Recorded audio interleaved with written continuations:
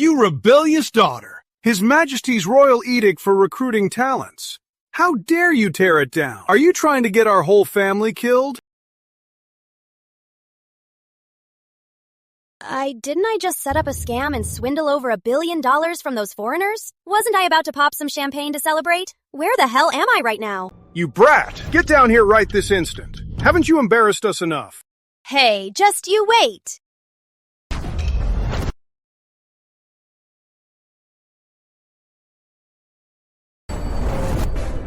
You old geezer. Want me to punch your teeth out? Outrageous! Guards! Bring me my blade! Ha!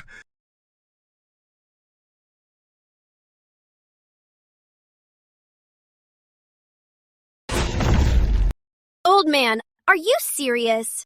Rather than letting this brat go to the Imperial Hall and offend His Majesty, dooming the whole Grant family, I might as well clean house myself. Ah! And then beg for the king's forgiveness. Stop! Philip, she is your only daughter. How can you do this? Fine, if you want to kill her, kill me first. Just kill us both and be a widower for the rest of your life.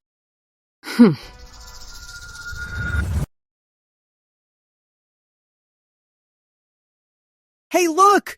She's the one His Majesty appointed, Julia the Laureate! And next to her is Avalon's top scholar, Edward Stanton. They're a match made in heaven. Exactly! Move! Out of the way! Make way!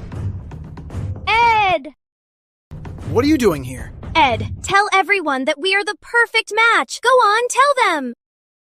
Ouch. Claire, you lack talent, looks, and you're just boy crazy. How can you even compare to Julia? Stop keeping Julia from answering the royal decree and helping His Majesty. Here, Julia.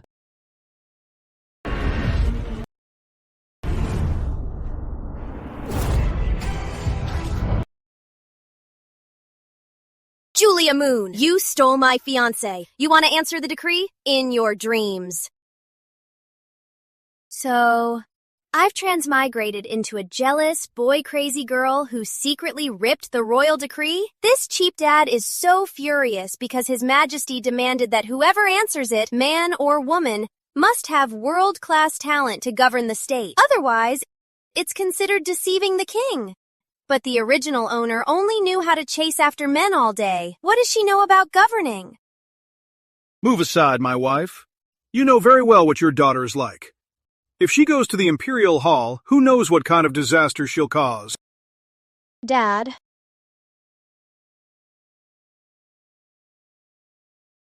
Father. The reason I answered the decree wasn't on a whim or acting recklessly. I want to use my talents to restore the glory of the Grant family. Ha! Talent? What talent do you have? At the flower banquet last year, your poem about reed flowers, 1, 2, 3, 4 petals, 4, 5, 6, 7 petals. You made our entire family the laughingstock of Avalon. Do you remember that? Do you remember? Well... That was an accident. Uncle Grant, forgive my uninvited visit. Sorry to intrude. Here comes the scumbag. Oh, it's Ed. You and Claire are engaged. We're all family here. No need for such formalities. Uncle, I came here today to call off the engagement.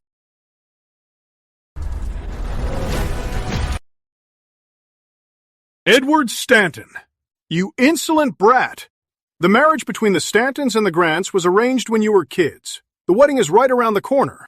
You can't just call it off. What about Grant Manor's reputation? Uncle, your daughter lacks talent and virtue and caused trouble by tearing down the royal decree. She's truly unfit to be a Stanton bride. You! Claire. What are you doing? If anyone's calling off the wedding, it's the Grants. Who do you think you are? A two-timing, philandering scumbag. How dare you come to Grant Manor and cause a scene? Claire, I know you're driven mad by your love turning to hate, but even so, I will never marry you. Mom, give me the marriage contract. Oh.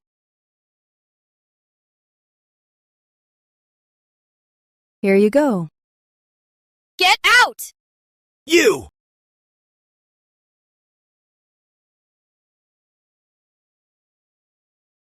Claire, haven't you liked Edward Jr. since you were little? You used to follow him everywhere he went. You swore you'd only marry him. Why the sudden change today? Mom, I've thought it through.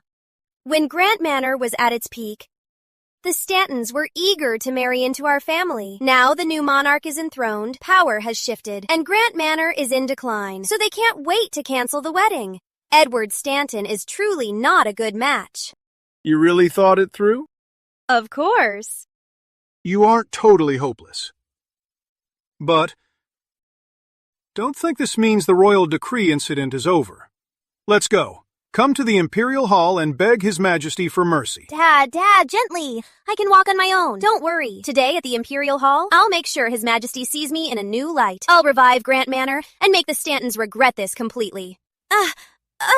Come with me. Hey, gently. Don't pinch so hard. Her skin is delicate.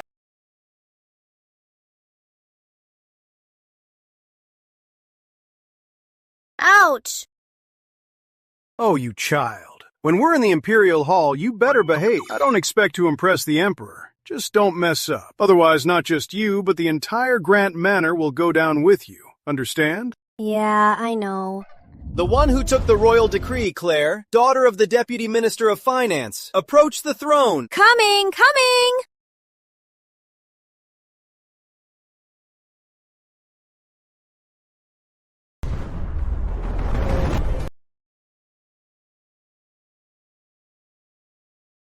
Lord Grant's daughter, besides being obsessed and chasing young Edward around, she's good for nothing. How dare she take the decree? Grant Manor is doomed this time.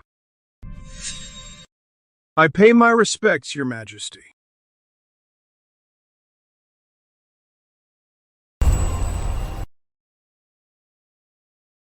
Kneel down.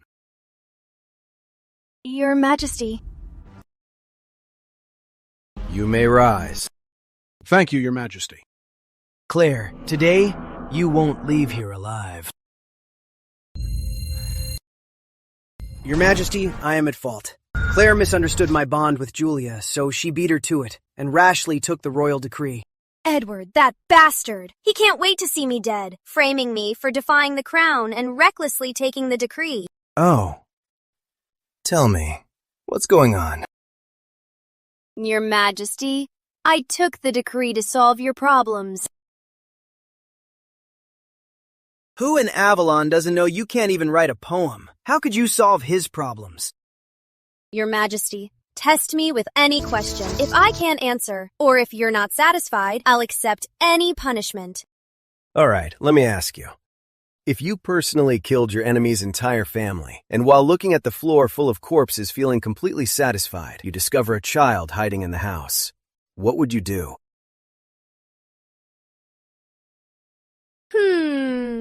I would say, remember my face. Next time we meet, I won't spare you. This answer truly shows true benevolence. For so-called benevolence, not cutting the roots and letting enemies grow is just foolish. Then I will walk towards the door, turn back suddenly and shout, Kid, we meet again. This time I won't spare you. Then, with a single strike, I'll kill him.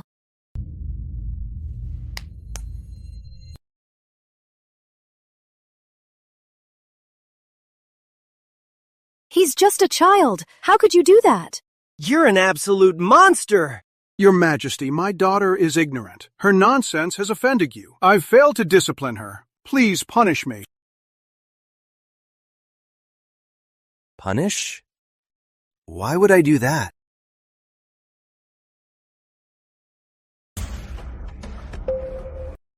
Your Majesty, death is punishment enough. Families shouldn't be involved. Not to mention the victim is an unarmed child. Claire wouldn't even spare a child. Her methods are just too cruel. Exactly, Your Majesty. The blades of Avalon's men should slay enemies in battle, not be swung at the defenseless, old and young. Such a cold-blooded person, if made an official, would surely bring disaster. Avalon's men use their big blades. What's that to a weak woman like me? You fine men use your big blades, so a little lady like me Ah! Whoa! can just use a little knife. Claire, put it down. Now, put the knife away. Your clever words can't hide your cruel nature. Oh, please, Lady Julia. Such noble character. I truly admire you. But I am just an ordinary person. I can't just let him go and let my whole family spend the next decade living in constant fear. How do you know that in a decade he'll seek revenge? Based on His Majesty's scenario, my enemy was foolish enough not to pull up the roots. Otherwise, why would they be wiped out today? By the same logic, if I don't pull up the roots today, in a decade or so, when that kid grows up and comes back for my family, what am I supposed to do? This. Your Majesty, pulling up the roots is a must. I'd rather feel guilty for decades than live in constant fear for the rest of my life. Of course, what I just said about walking to the door and suddenly turning back was just a joke. If I really were in that situation, I'd toss him some silver and tell him, "My blade spares the old and young." Then I'd walk away smoothly. And then I'd hide in the dark and watch. When the kid runs to his relatives or gets picked up, I'd follow the trail and take them all out. Then I'd have peace. You really are a viper. I'm not done yet. In case they play dead, a finishing blow is a must. Plus, some people's hearts are on the right side, so I'd have to stab both sides twice each. Left and right, 2 stabs each. Your Majesty, the Grants have served 3 emperors, a century-old military family. How did they raise such a vicious woman? Please punish her severely. I was just explaining the true meaning of weeding out the roots and the procedure. Why are you so terrified? Could it be you have a grudge against the Grants and you're my enemy? Claire, get back! Before His Majesty, watch your tongue. Your Majesty, I believe what Mr. Grant's daughter said makes perfect sense. Faced with a bitter enemy, why care about age? If one shows misplaced mercy, they will only suffer the consequences. Your answer pleases me greatly. But this was merely a small test. To become my advisor isn't that simple. Please present your test, Your Majesty. I am ready to serve you with my utmost loyalty. This question isn't just for Claire. All officials here may speak freely. If your answer pleases me, I shall reward you handsomely. Thank you, Your Majesty!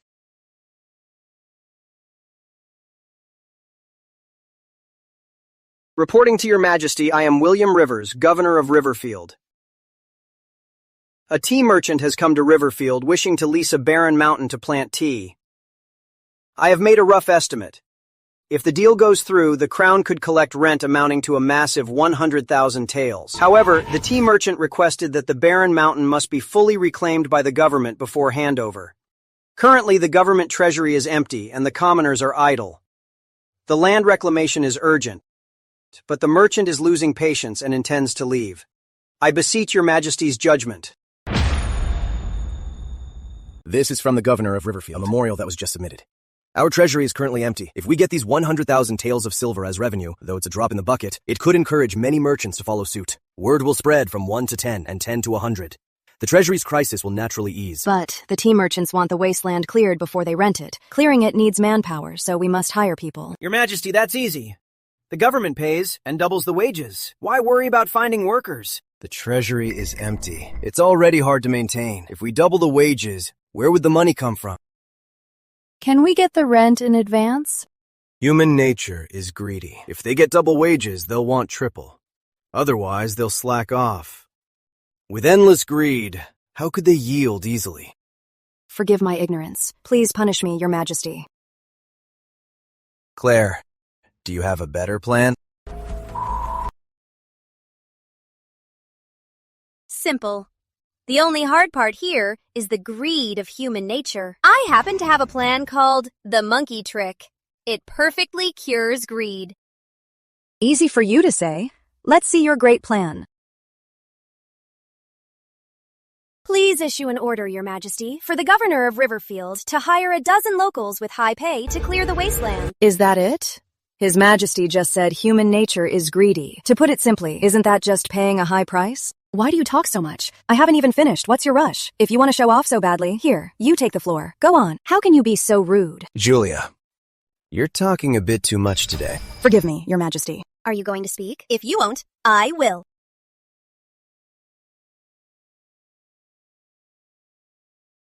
Once these dozen people go up the mountain, we find a dark and windy night. Send someone up there to bury some gold.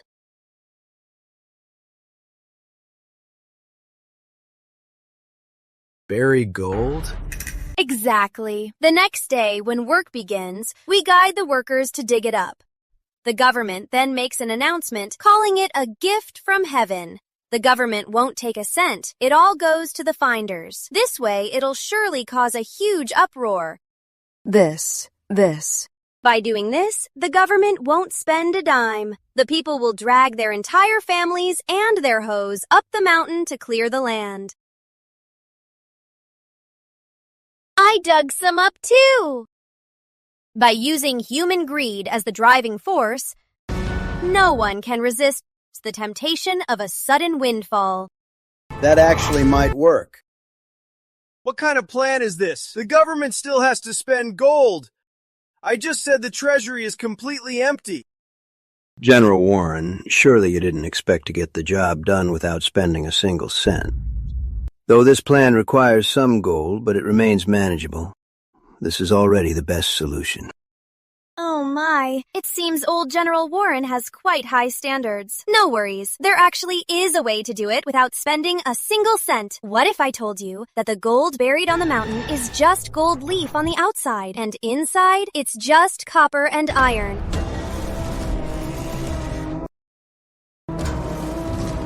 You are truly vicious. I'm not done yet. Old General Warren, would you like to know how to make a profit out of this too? I admit your plan is brilliant. But you're telling me we can also make a profit from this? If I believe you, I would have lived all these years for nothing. Good. Remember what you said. Under the imperial statute, once contracted, these hills belong to the tea merchants. The merchants can cite trespassing on private land to sue the commoners who dug up the gold. With irrefutable evidence, they will have absolutely no way to deny it.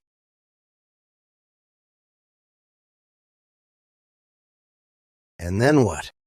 And then, human nature has always been not fearing scarcity, but unfairness. Once someone is convicted, they will certainly rat out the others. The government can just follow the trail. All the gold foils we spent, won't we get them all back?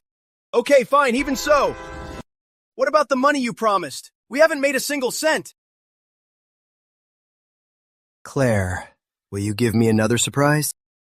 We still go by under the imperial law. Trespassers on private land get 30 lashes and a month in jail. Correct. That's exactly what the penal code says. Then the government issues a notice, saying the crown pities the people. It reprimands the tea merchants for wanting to jail the people, calling it excessive. It changes the penalty to a fine of 5 taels each. Edward, if it were you, would you choose the fine or jail time? 30 lashes and a month in jail? That would cripple a healthy man. I definitely sell everything to pay the fine. The fine, of course. Your Majesty, you see, even this pig gets it. Wouldn't the commoners know that too? By then, the commoners, after clearing the wasteland, will be paying the fines, while thanking Your Majesty for your mercy. Thank you, my lord! Thank you, your majesty! Brilliant. Simply brilliant. I should get my reward now, right? I don't need a fancy title, but at least give me a few Avalon puppies. Is that too much to ask? Your Majesty, ruling a great nation requires a delicate touch. A true ruler leads with virtue and honor. Such a ruthless scheme might offer a quick fix, but it is no way to govern a country. Please reconsider, Your Majesty. Yes, Your Majesty. Julia is right. This ruthless scheme is a villain's act. As the sovereign, if you use someone like her, how will the people ever trust you? Please reconsider, Your Majesty. Wait a minute. His Majesty issued the decree, and he set the topic. I merely provided an answer based on His Majesty's question. And you call me ruthless? Then why don't you come up with a better plan? Go on, let's see it. A plan is neither good nor bad. If someone uses a knife to kill, do you blame the knife? As long as it gets the job done, it's a good plan. You targeting my daughter like this. Could it be you think the Grant family has no one to defend her? Julia Moon, you learned to read at 3 and wrote poems at 8. Now you're the new laureate, Avalon's leading lady. Do you have a better plan than Claire does? Well, I haven't thought of one yet. Please, Your Majesty, give me a little more time. I'm sure I can come up with a better plan. Then that means no. You have no solutions of your own, yet you complain that Claire's plan is too ruthless. What? Do you take me for a fool because I'm young? I wouldn't dare. Urgent! Your Majesty, a disaster has struck Riverford. The messenger awaits you in the royal study. Court dismissed. To the royal study. Hey! Where's my reward? Where are my Avalon puppies? Oh, come on!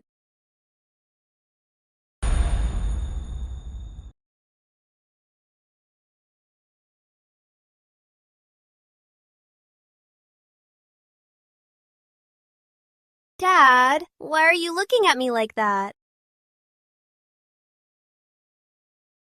Such a ruthless scheme. Did you come up with it all by yourself? Dad, don't worry about it too much. Before Great-Grandpa helped the founder emperor, wasn't he just a bandit? I guess I'm just carrying on the old Grant clan's fine tradition. You! You're a young lady. Have some modesty. Where are your manners? Behave yourself. Grandpa really was a bandit. And my dad's Lord Grant title was won through bloodshed. Is it really in our blood? In 4 generations of Grants, I'm the only kind soul. Dad, wait for me! I don't know the way! Father, I'm back. I know everything that happened at the Imperial Hall today. Claire did well. Very well. Oh, Father, don't you think those schemes were way too ruthless? No wonder after all these years you're still just a deputy minister. You really are a lost cause. Father, that's only because you made too many enemies and dragged me down. When they target you, why don't you strike back? That blade from your grandpa was gifted by the founder. It can even strike the king. Worst comes to worst, I'm not dead yet. What are you so scared of? What a coward. I seriously doubt if you're even my son. Yes. But speaking of which, Claire is so unruly. She caused such a scene at the Imperial Hall today. Who knows what will happen to her in the future? It seems Claire has been hiding her true talents. Her outburst today actually turned things around. Riverford is in crisis. His Majesty might summon us to the palace tonight. If the order comes, you must bring Claire along. National Affairs. Bring her. She's better than you. I am Lord Grant. I've backed you for years, and you're still a lousy deputy minister. You're completely useless. Get out. You make me sick. Fine, I'm leaving.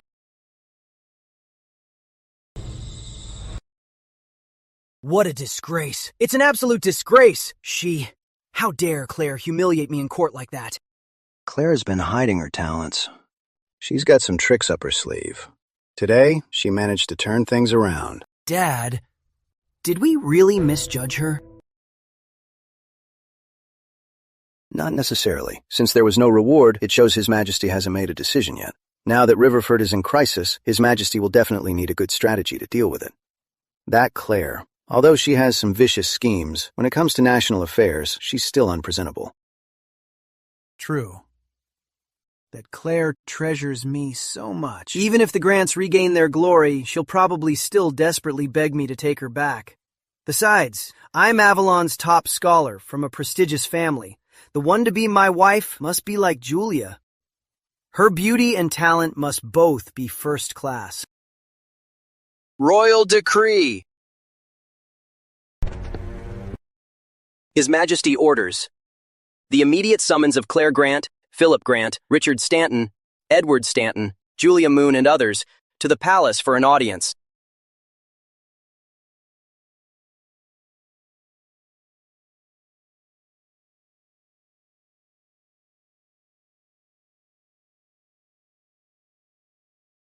Greetings, Your Majesty! That will do. You may rise.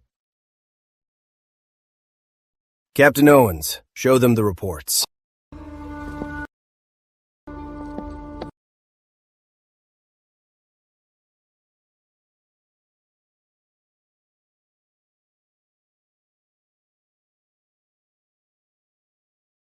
Your Majesty, the sudden floods in Riverford and Clearwater. The grain merchants are taking the chance to hoard stock. They're driving up prices. The people can't afford it. Your Majesty, they are profiting off a national crisis. Your Majesty, the Crown must issue a decree immediately for disaster relief. Otherwise, the people will suffer. I fear there will be a rebellion. The situation is urgent. That is the reason I summoned you here. But the treasury is empty. We have little silver for disaster relief, especially regarding grain prices. They must be stabilized as quickly as possible. This requires capable individuals to handle these matters. Julia Moon, you are the new laureate. Your essay on statecraft 3 years ago even earned the late Emperor's praise. This time, I plan to have you handle this. I'd do anything for you, Your Majesty. And you, Claire, your performance in court today pleased me greatly. This time, consider this your final test. Clearwater and Riverford. Each of you will choose one. Whoever manages it better, I will reward handsomely. Choose Clearwater. Clearwater is merely seeing a price hike from the disaster. Riverford, on the other hand, has deeply rooted merchant factions. It'll be hard to handle. You're saying? Ed is right. Julia, choose Clearwater. With your ability and the Stantons' help, you'll handle it easily. Thank you, Uncle. Your Majesty, I choose Clearwater. Anyone can see that Clearwater is easier to fix. Why do you choose first? You, Your Majesty, we want Clearwater too. Dad, we don't need to stoop to their level. Well, the muddier the water, the better. Your Majesty, I choose Riverford. Enough. It's settled then. Hear my decree. I hereby appoint Claire Grant as Inspector of Riverford, with full authority over all matters in the city, and the power to make immediate decisions. I appoint Julia Moon as Inspector of Clearwater, to take charge of all affairs in that city. At dawn, both of you will depart at once. Yes, Your Majesty. Rise.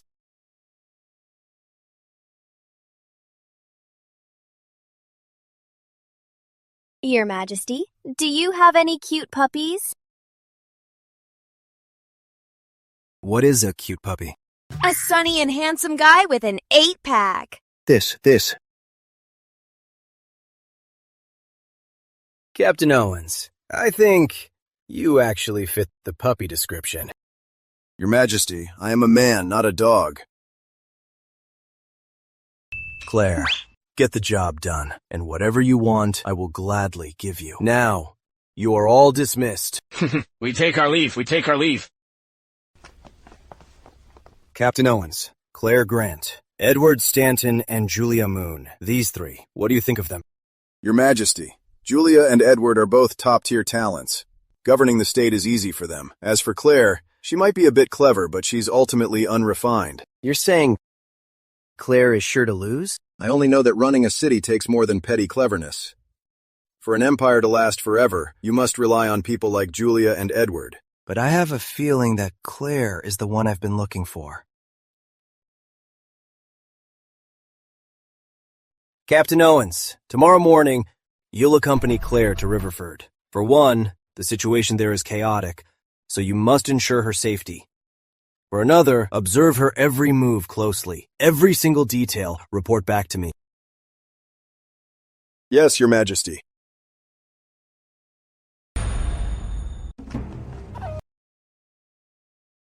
Since we've called off the engagement, we should just go our separate ways. Don't keep pestering me anymore. Me? Pestering you? Did you hit your head? Or are you just delusional? You! Seems breaking it off was the right choice. If a woman like you married into my family, it would be a disaster for the Stantons. Edward Stanton, if you insult my daughter again, you'll answer to me. Lord Grant, why get so worked up? Our dear Edward is Avalon's top scholar. He's deeply favored by the late and current emperors. As the saying goes, a good husband deserves a good wife. Naturally, we must find him a fine woman, someone just like our dear Julia. Miss Grant, between husband and wife, there must be balance and equality. Their abilities should match for the marriage to last. With your unruly nature, you really don't deserve Ed's brilliance. Seriously? Drop the innocent act. As far as I know, you had a childhood sweetheart. All these years you studied. He was the one supporting you by teaching, right? But look at you. Once you became laureate, you had him banished to the Northwest. You really drew your sword to cut down your lover first. You two. One is vicious, one is arrogant. You're made for each other. So why don't you two just go to hell? Claire, you! I used to think you were just crazy and unruly. I didn't expect you to be so incredibly vulgar. What's the use of being polite? For a scumbag like you, rough and simple works best. And you, old man, I absolutely loathe creepy, spineless eunuchs like you. Just look at your shifty little face. Truly, like son, like father. You. You're an absolute shrew. A shrew? Say it again. So what if I do? Dad, our family's ancestral blade. I heard it can punish a foolish king and slay corrupt officials. Execute first, report later. That's right. Your great-grandfather followed the founder emperor to conquer the realm, fighting his whole life. The founder emperor promised it himself. Great. Bring out our ancestral blade. Today, I'll wipe out the Stantons. Edward, let's go. Hurry! Don't waste your breath on this crazy woman. Once Julia fixes Clearwater City, His Majesty will surely punish her. Right, Claire. You just wait. Once Julia fixes Clearwater City, I'll ask His Majesty to let us wed. The whole city will celebrate. As for you, stay in your rundown Grant Manor and rot. I'll kill you with one slash. Make it two. I'll kill you.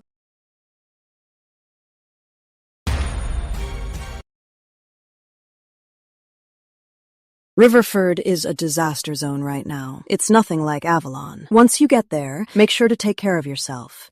If you really can't finish the mission, just drop it. Since your grandpa is still around, His Majesty won't actually behead you. Come on! What kind of talk is that? We serve the crown, we must be loyal. How can she back down before even trying? If you're so loyal, why are you still just a rank 3 official? All you do is make your daughter stick her neck out, and you still have the nerve to make demands. Oh, come on! Remember what Mom said. If it's too hard, just come home. Worst case, we'll go to your grandpa's. Over there, no one can touch us. Don't worry, Mom. I know what I'm doing. On this trip, you need someone to look after you. Lily. You'll go with her. Anyone else, I just can't trust. Miss? All right, you'll be rolling with me from now on. I guarantee you'll live the good life. Seriously, as a young lady, can't you be a bit more refined? Dad, you're just a rank 3 official, so just hush. When I come back this time, I might even outrank you. Your grandpa looks down on my rank. Your mom complains about it too. And now even you are stepping all over me. Let me tell you, at my age, being a rank 3 official is already a big deal. I am ordered to escort Miss Grant to Riverford. How old are you? What's your rank? I'm the Chief Palace Guard, 23 years old, military rank 2. No. Well, military and civil ranks, they're different. You can't compare them. I heard His Majesty say, you have an 8-pack. Such a cute puppy. I've trained in martial arts since childhood, so naturally I stay in shape, but I'm a man, not a dog. Please behave yourself, miss. I was just joking. Why so serious? His Majesty did say, on this trip to Riverford, I have absolute authority. Does that mean everyone has to listen to me? Including you? Yes. Then stop frowning. Give me a smile. Please behave, miss. How boring. Whatever. I'm done talking. Lily, let's go. Okay.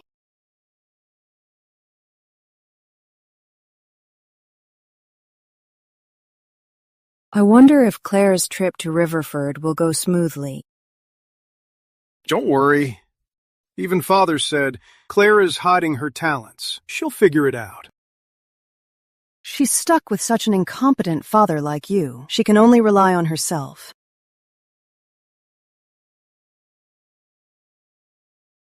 What are you talking about? How am I incompetent? A third-rank official is not a low rank. What are you laughing at? Get out. Dismissed.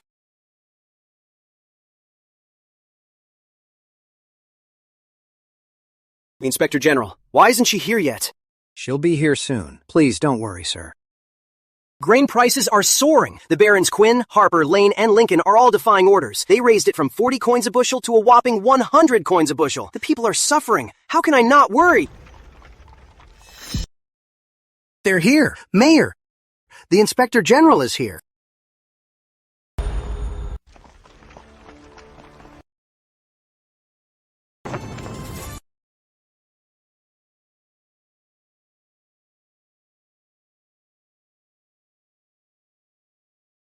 A woman?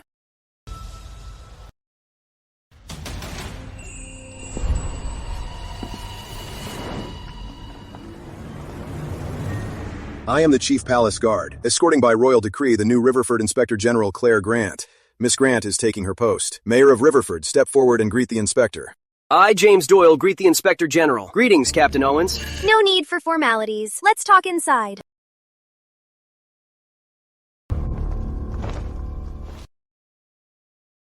Tell me, what's the situation in Riverford? Riverford has had heavy rain for days. It caused the river to flow backward, destroying the fertile fields, leading to poor harvest for the locals. The city's grain merchants took the chance to jack up the prices. In just over 10 days, the grain price went from 40 coins to 100 coins a bushel. If I hadn't opened the official granary, the prices would have kept rising.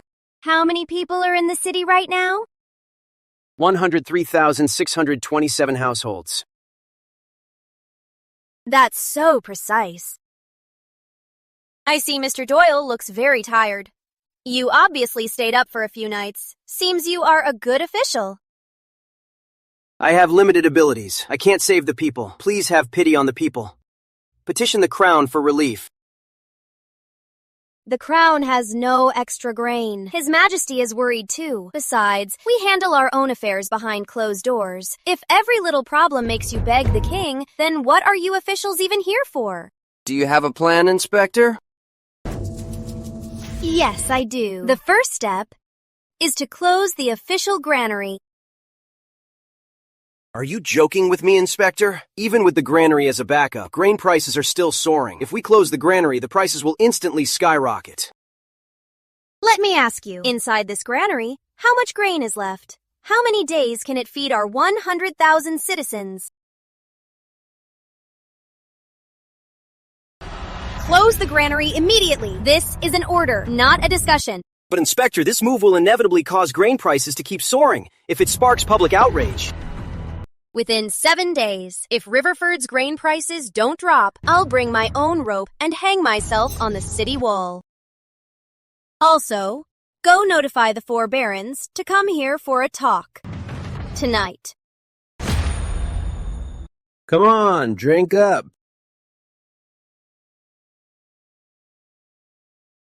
Good wine. Old Lincoln, Mayor Doyle just sent someone to pass a message. The new Inspector General wants to see us. I'm afraid it's to ask us to lower the grain price. What should we do? What are you afraid of? Do we lower the price just because he says so? As long as we stand together, an inspector is nothing but a figurehead. But this inspector is said to be very young. I'm afraid he has a deep background in Avalon, and he was appointed by the new monarch. If we completely disrespect him, we might just end up provoking him. You make a fair point. If he knows what's good for him, then we'll give him a price drop of 5 coins. Consider it giving him face. But let me make one thing clear. No matter who it is, if he messes with our money, I won't let him off the hook. Old Lincoln is absolutely right. We will naturally follow your lead. In a bit, let's change into some plainer clothes and go meet this Inspector General. Indeed. We should change our clothes. Cheers.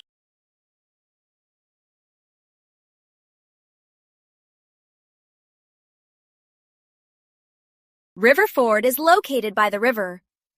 Usually, grain from outside is transported by water. It's fast with minimal loss. My lady, inviting them for a talk is a trick we've already tried. It doesn't work. These grain merchants are all blood-sucking old foxes. Asking them to lower prices is worse than killing them. They'll drop 5 coins at most. 5 coins is their absolute limit.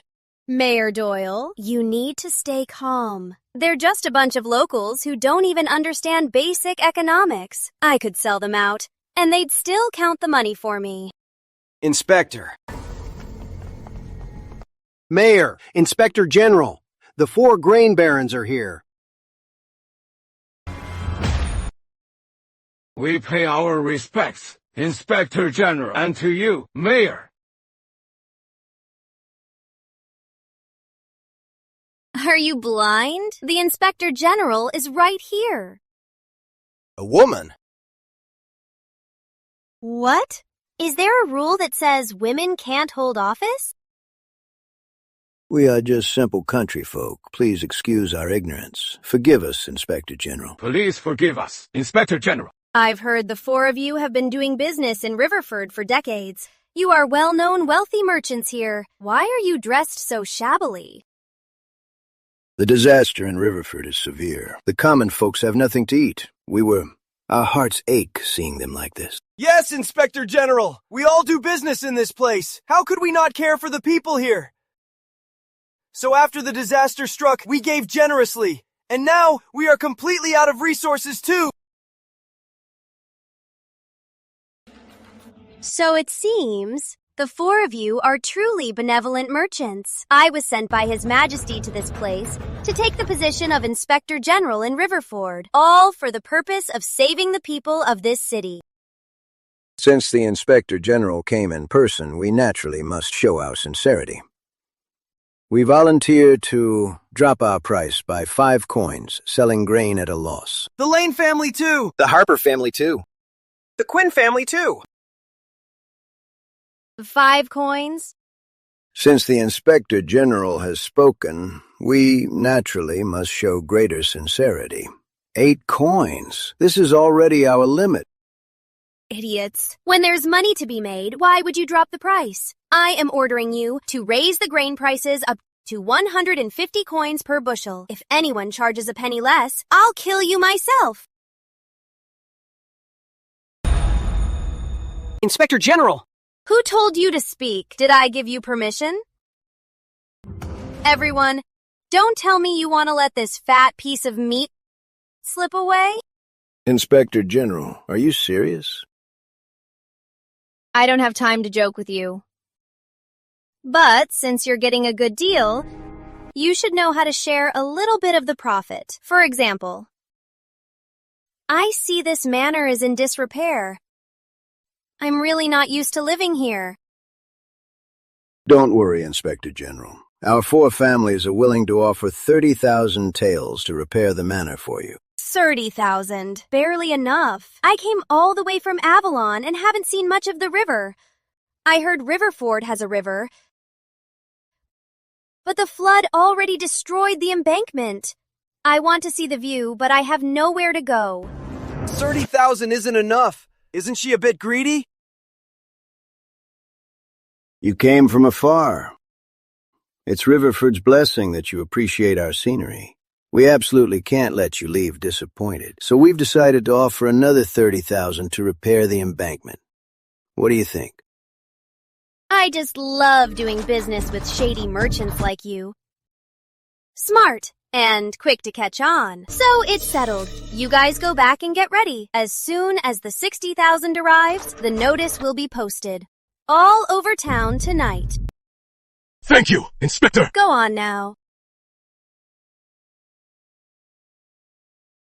You Inspector! You're colluding with merchants. You completely disregard the lives of the people and openly demand bribes. You're simply... Simply what? Is this really a bribe? Did the money go into my pocket? Aren't I using it to repair the manor and the embankment? But if the grain price hits 150 coins per bushel, how will the people survive? At 100 coins per bushel, could they afford it? Since they can't afford either, what's the difference between 100 and 150 coins? That may be true, but but... No more buts. With all this free time, you should just go to sleep. I'm tired even if you aren't. Staying up late is a woman's worst enemy. See ya. Inspector! Inspector! Captain Owens, you serve His Majesty directly. Seeing Claire act so recklessly, aren't you going to stop her? I was ordered to accompany the inspector. My only duty is to protect her safety. If you won't report her, I will. I swear to impeach this incompetent, corrupt official. Old Lincoln, what does this newly appointed inspector really mean? It's completely beyond my expectations. Still can't see it? She asked for 60,000 taels right off the bat. She wants to take a piece of our pie. These Avalon nobles! Their hearts are dirtier than other officials. 60,000 taels, just like that. A full 60,000. Her only flaw would be not being greedy. It's just 60,000 taels. With this grain price hike, we'll make way more than 60,000. Once we get back, we'll immediately sweep all the 100-coin grain in the city. By then, let alone 150 coins. If they don't have 200 coins, they won't even buy a single grain.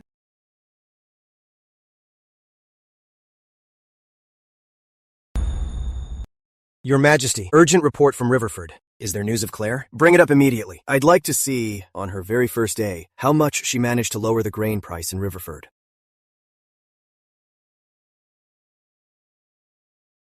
After Claire took office, not only did she not lower the price of grain, but she had the merchants voluntarily raise it to 150 coins. And she demanded bribes. Nonsense. No. Claire doesn't seem like someone so unreasonable. Wait until the report from Clearwater arrives. I will see what Claire is really up to. Lady Moon, we have news from Riverford.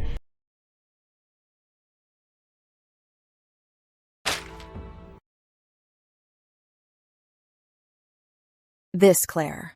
Not only did she not lower prices, she even pushed the merchants to sell the grain for no less than 150 coins. Now in Riverford, the people are complaining bitterly. It seems in this round, I will win a total victory. How can a noble lady who relies on her status ever be compared to you, Lady Moon?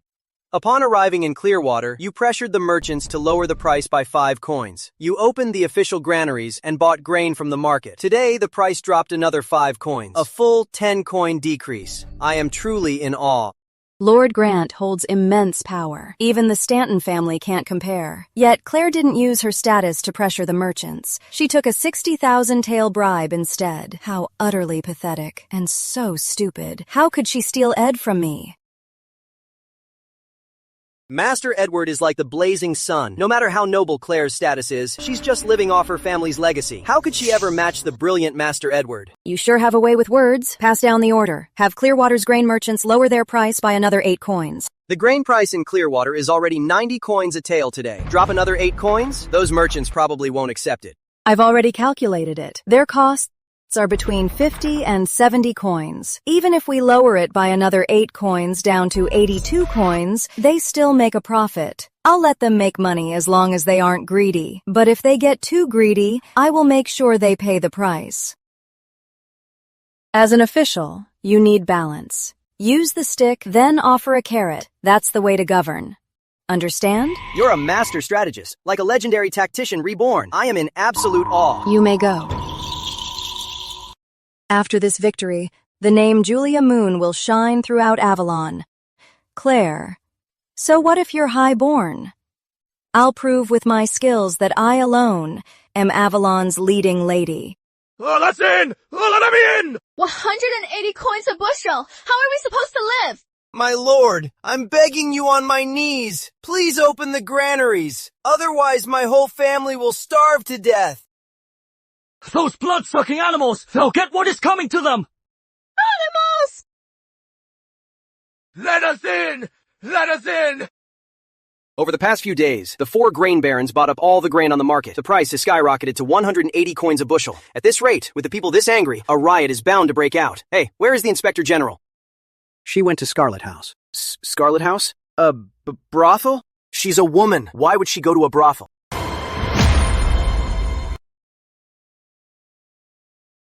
Master Grant, drink mine. I'll drink them all.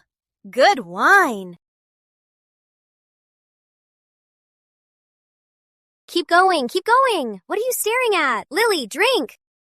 Master Grant, this is my first time seeing someone bringing a little maid to a brothel. Aren't you afraid I'll be jealous? My heart is all yours. Why would you be jealous? Master Grant, why is your friend not smiling at all? Is he upset? Let me pour you a drink. I'm just not the smiling type. Skip the toast. I don't drink.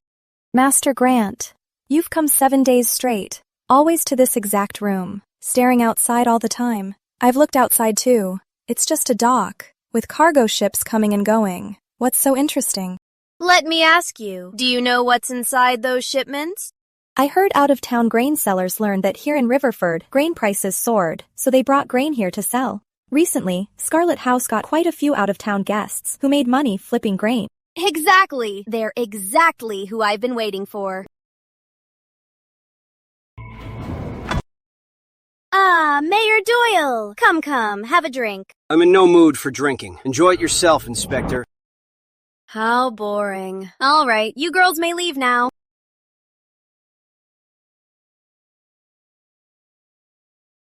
I'll ask for you next time. Inspector, right now in Riverford, the streets are filled with the people's cries, yet you're here drinking and partying. Where is your conscience? For the people of Riverford, I've worked my heart out. I've given it my all. Can't I relax a little? Am I not allowed to have a drink here? Ever since you arrived in Riverford 7 days ago, grain prices have only gone up. All I've seen is you fooling around in a brothel every day. How is that working your heart out? They're all downstairs. They're nothing but out-of-town grain sellers who are taking advantage and bleeding Riverford dry. I wish I could kill all those heartless merchants. Please don't. They are the targets I worked so hard to lure in. Look at them. They're looking so thriving. They're ready to be harvested. How can I let you kill them? What do you mean, Inspector General? Come, take a seat. Let me explain. The grain prices here in Riverford, aren't they much higher than in the surrounding counties? Imagine you're an out-of-town merchant who has a batch of grain ready to be sold. Would you rather sell it locally for cheap or come here to Riverford and sell it high? If the profit is big enough, I'd obviously bring it to Riverford to sell it high. Exactly. These few days, out-of-town merchants have been pouring into Riverford. The grain prices in Riverford are just like an ever-growing bubble. It looks huge, but one poke bursts it. And the needle to burst this bubble? I've already prepared it. These merchants want to profit from this crisis. Then I'll make sure they lose absolutely everything. Inspector General, I was so foolish to think I impeached you. Please punish me. What are you doing? Get up, get up! That impeachment a few days ago is no big deal. Don't take it to heart. But I wrote another one this morning. An even harsher memorial of impeachment. It's already on its way to the Capitol.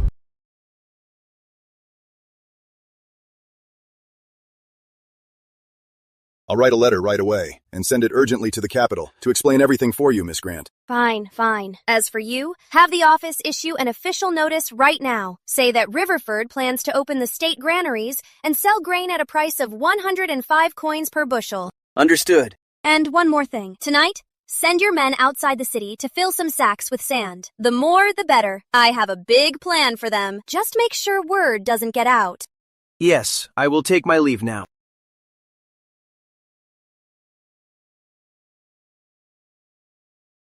Locals, prepare to experience a 21st century economic warfare strike. Report! Your Majesty, grain prices in Clearwater have dropped to 82 coins per bushel. Lady Moon claims she can drop it by another 7 coins. This charming scholar of Avalon is truly a prodigy. In just 7 days, she made Clearwater's grain price drop by a full 18 coins. She can even make those greedy grain merchants drop it further.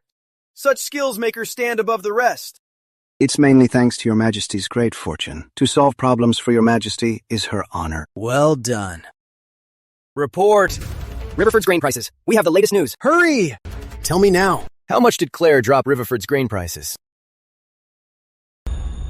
Your Majesty, the grain price in Riverford has soared to 200 coins per bushel today. The people are in an uproar. Mayor Doyle sent an urgent report demanding the impeachment of Inspector Claire Grant. How could this be? Are you mistaken? Mr. Grant, even if I had a death wish, I wouldn't dare lie to His Majesty. The grain price in Riverford has been rising for 7 days. Moreover what? Speak. Moreover, Claire Grant has been visiting brothels every day. She's been there for 7 days straight. Mr. Grant, I never expected your daughter to have such hobbies. However, I'm actually quite curious. Tell me, why would a woman go to a brothel for fun? Could it be she has a special taste? You bastards. A woman like that wanted to marry into the Stanton estate. Glad we called it off. Otherwise, she'd completely disgrace our family. If you dare insult my daughter with one more word, I swear I'll cut you down. Such a brute. I won't stoop to your level. Your Majesty, the situation is clear. We should decree nationwide to make Edward Stanton a role model for all officials to emulate. As for Claire Grant, order her back to the capital to await punishment. Claire, oh Claire, you have truly failed my expectations. Lord Grant has arrived!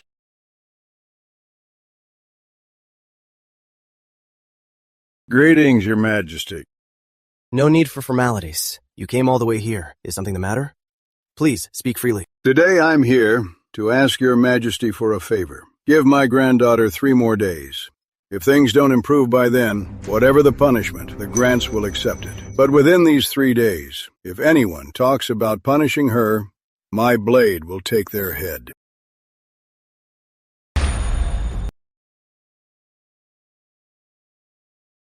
In the name of the Riverford office, draft an official notice to open the official granary. The citizens may, for 105 coins, purchase grain. To prevent bad actors, each household must follow the official register to buy based on their head count. No exceeding the limit. Issue another notice to lock down the Riverford docks immediately. Ships can enter but not leave.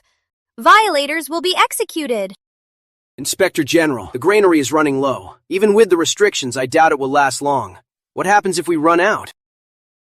Why do you think I had you fill those sacks with sand and stones? Aren't these all the Crown's relief grain? You're brilliant, sir. I'm truly impressed. Enough flattery. Get to work. I'll take my leave.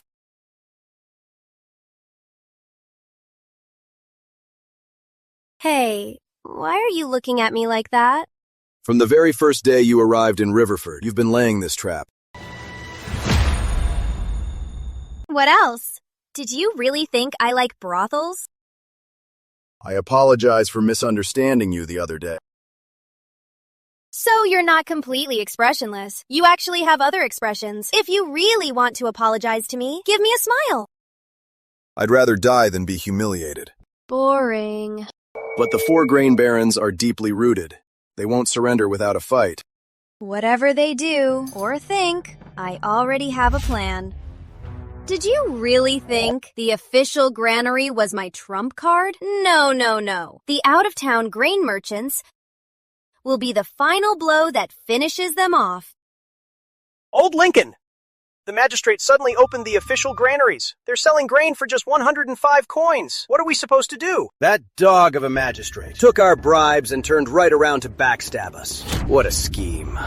Yeah, these past few days we've been buying up the grain on the market at high prices. Our costs are all over 120 coins.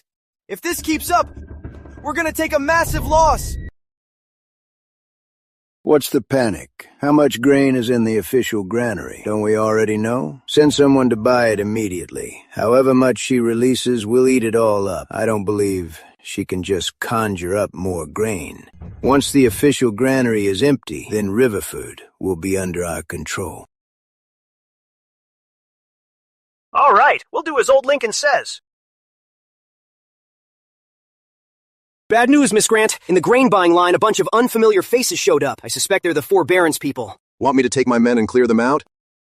No need. If they have the money, let them buy. It's free money. Why stop them? Send your guards outside the city right away. Have them bring in sacks filled with sand and rocks and make a big show of it. Announce to the public that the Crown's relief grain has arrived, and there's plenty more coming. Yes, ma'am. I'll go at once.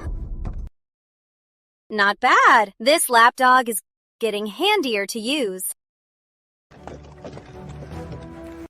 Don't worry, everyone. The Imperial Relief Grain is here. We have as much as you need. There's enough for everyone.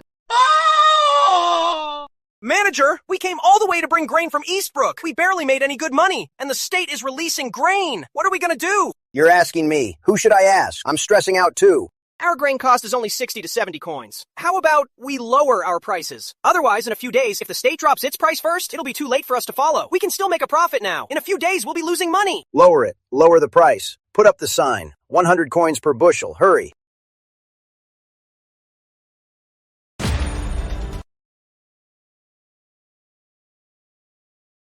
I won! You don't get it, do you? This is called Gomoku. Inspector! Good news. The out-of-town grain sellers have lowered their prices. The latest price is 100 coins per bushel. Go! Use the money from selling the official grain to buy all the grain on the market from those out-of-town sellers. Then take that grain and sell it at 95 coins per bushel. We still need to buy their grain? Do you really want to sell the sand and rocks in those sacks to the people as grain? You corrupt official. No, that's not what I meant. We buy the out-of-town grain and sell it under the official name. Although buying high and selling low brings some losses, but it's the four barons' money. We don't feel bad about it. So you didn't let Captain Owens kick out the people the four barons sent to buy from the official granary just so you could scam them? It's Scholar's business. Can you call it a scam? Yes, I misspoke. But I still don't understand. Even if the grain price drops to 100 coins per bushel, the people still can't afford it. The collapse of all the dominoes starts with the fall of the first piece. Once someone takes the lead, the rest won't sit still. When a second and a third follow suit, it'll soon trigger a chain reaction, eventually ruining the whole board. This economic war is a battle of minds. This woman is such a mystery. The more you know her, the more intrigued you get. She is like an endless treasure trove. You just can't get enough. Domi, what? I don't get it. Ask less, talk less, do more. Go! Yes. Come on, I'll teach you how to play Gomoku.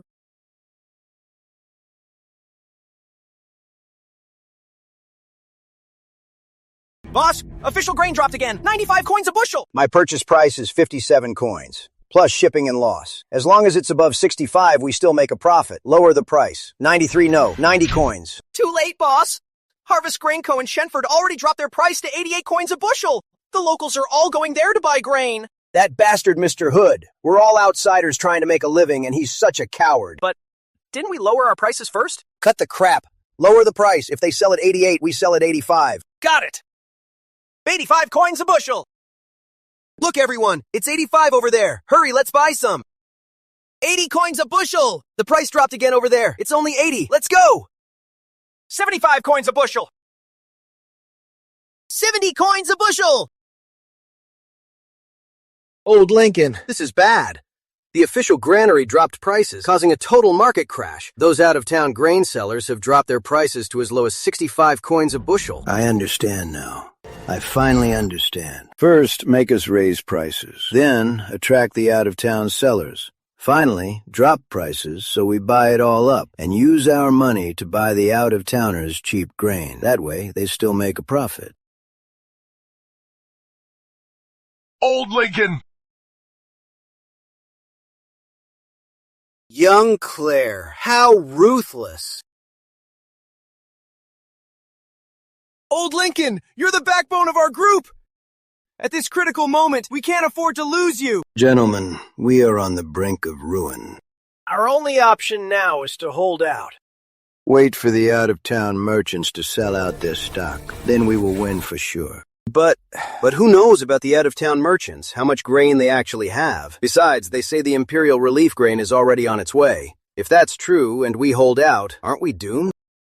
But if we just give up, will Miss Grant spare you? All that awaits us is a reckoning. Right now, we have to stand together and be united. Then, we might have a fighting chance.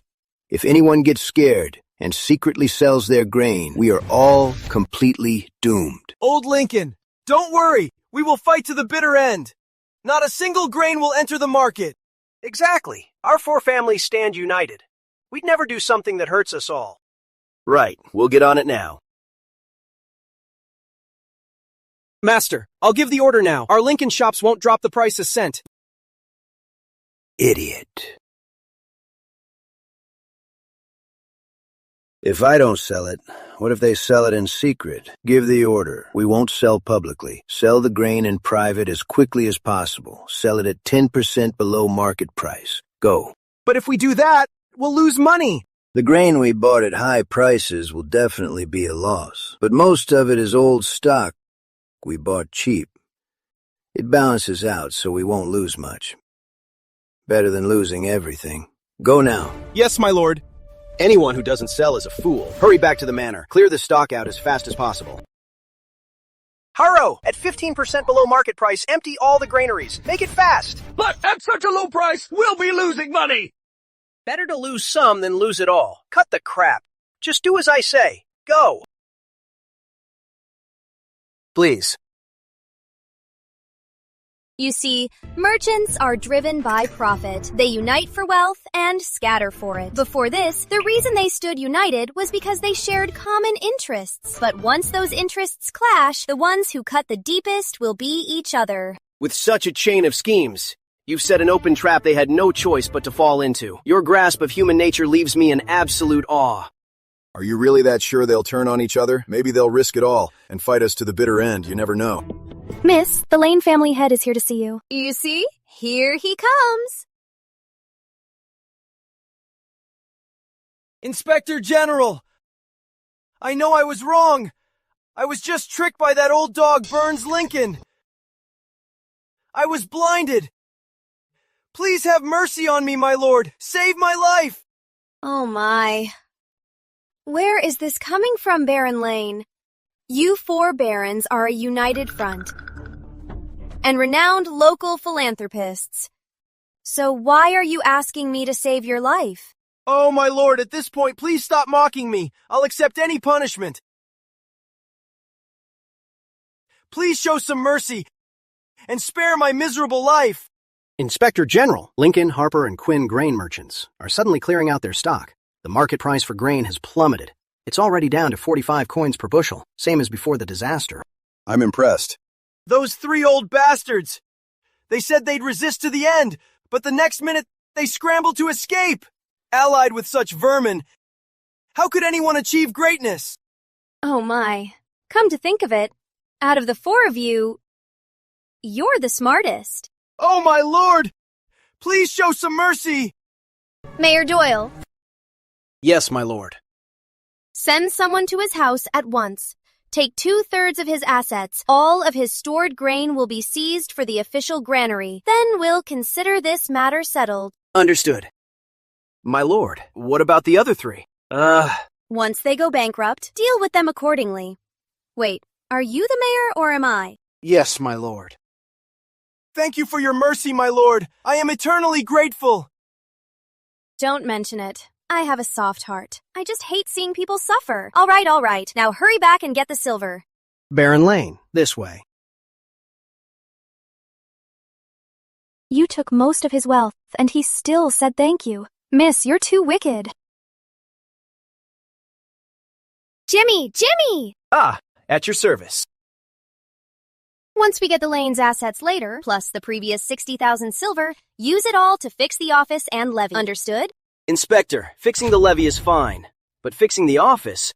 Riverford just had a disaster. Major construction now might. The disaster just passed. Grain prices are down.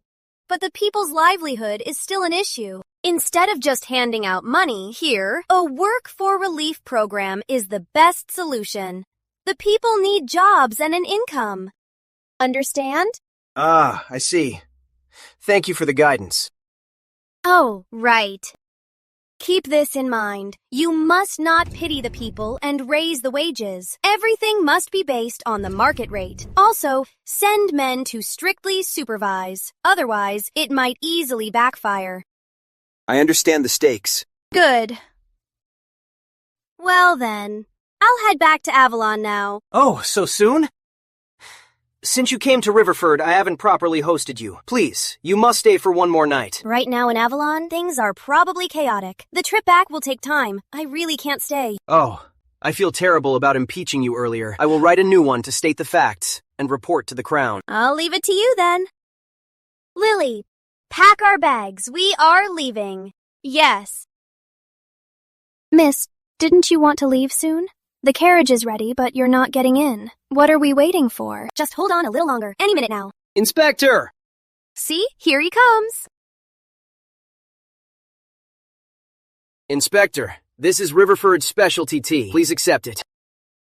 Oh, look at you. Why go to such trouble? You're making me blush. As for this tea, please open it yourself. Will do. All right, I'm leaving. No need to see me off. Farewell. Mayor, that was your full 3 years' salary. And Captain Owens was right there. If the Emperor finds out... What salary? That was obviously tea. I petitioned the Crown twice. Just as Riverford's grain prices have finally stabilized, the inspector is rushing non-stop back to Avalon. If I didn't show some gratitude, what kind of man would I be? Yes. You're absolutely right, Mayor. Back to the office. I must petition His Majesty a third time. I'll tell His Majesty exactly what happened here from start to finish. We absolutely cannot let the inspector suffer any injustice. Yes, sir. This Mayor Doyle is quite generous. Miss Grant, the local tea from Riverford is pretty ordinary. It's not worth much. Why are you so happy? What do you know? It's the thought that counts. Grant Manor has so many rules, and my allowance is so small. Since I time-traveled here, I've been either beaten or running around. Finally made a good haul. When I get back to Avalon, I'm definitely going to enjoy myself. Wait. That's not tea. What is it? Let me see. Captain Owens, men and women should keep their distance. Behave yourself. That's definitely not tea. What exactly is it? Let me see it. It's a gift for me. Why should I show it to you? Stop snooping.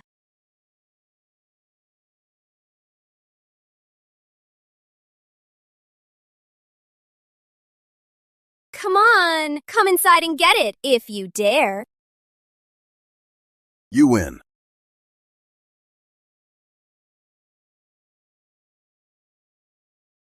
Isn't that young Master Edward Stanton? He's truly outstanding. So dashing and charming. I heard he and Lord Grant's granddaughter are engaged. You haven't heard? A while ago, Master Edward went to Grant Manor to end it. Their wedding is off. Oh, I just got back to town. I had no idea. Then who is Master Edward waiting for? Julia. How was it? Did everything go well? Mm-hmm. My father has prepared a banquet at our estate specially to welcome you back and to celebrate your return. That's very thoughtful. It's Avalon's leading lady, the new laureate, Julia Moon. I heard she went to Clearwater City, and in just 7 days, she brought the grain prices there down from 100 coins a bushel to 82 coins. She's incredibly talented. Avalon's top scholar and Avalon's leading lady, dating so openly, they are trampling Grant Manor's pride right into the dirt.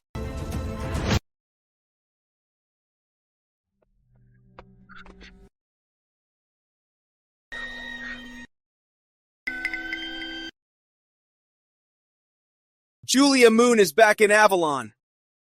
Tomorrow at court, I will impeach the Grant family. Against this tide, even Lord Grant won't be able to stop it.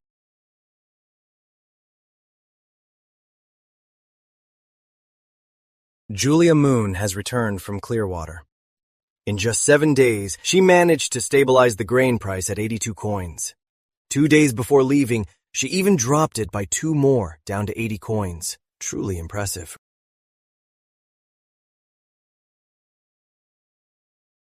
Claire. Oh, Claire.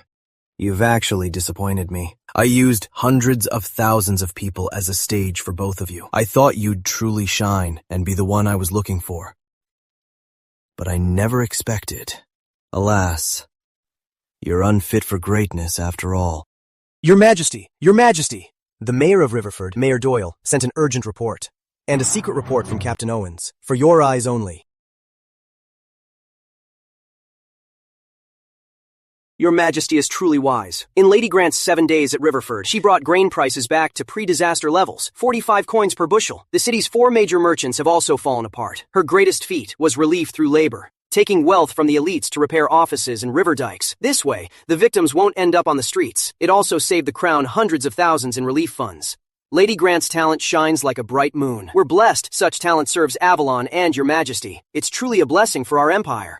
Thinking of my 2 recent impeachments, I was a fool who deserves death. I beg for your understanding. Your servant, James Doyle, writes this in tears. Is this true?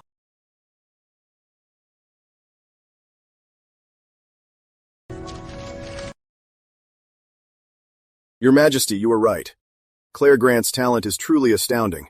I watched with my own eyes how she schemed to raise grain prices, lulled the 4 grain barons, then brought in outside merchants to crash the grain market. Moreover, her goal from the very start wasn't just simply to lower the prices, it was to solve, once and for all, the post-disaster reconstruction and refugee resettlement. With such a visionary approach, I pale in comparison. In just 7 days, Claire's methods completely dazzled me. She manipulates people with absolute ease. Whenever I recall it, I am filled with awe. Her talent is unparalleled. Your Majesty must not let her go. Written by Captain Owens.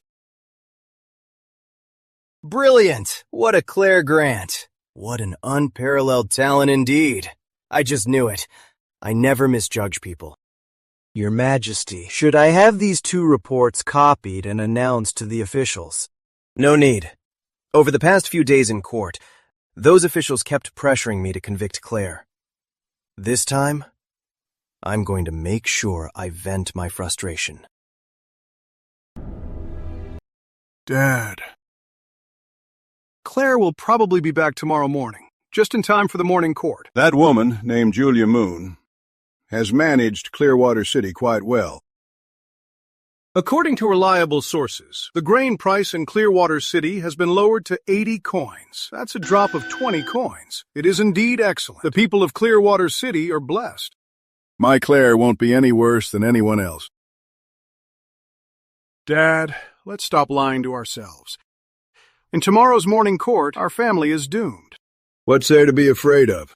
Just go to the court tomorrow. The worst is just admitting we were wrong. If someone won't let it go and goes after Claire, send someone to get me. I'll take a knife and hack him down. At worst, we'll throw away this life of wealth and go home to farm.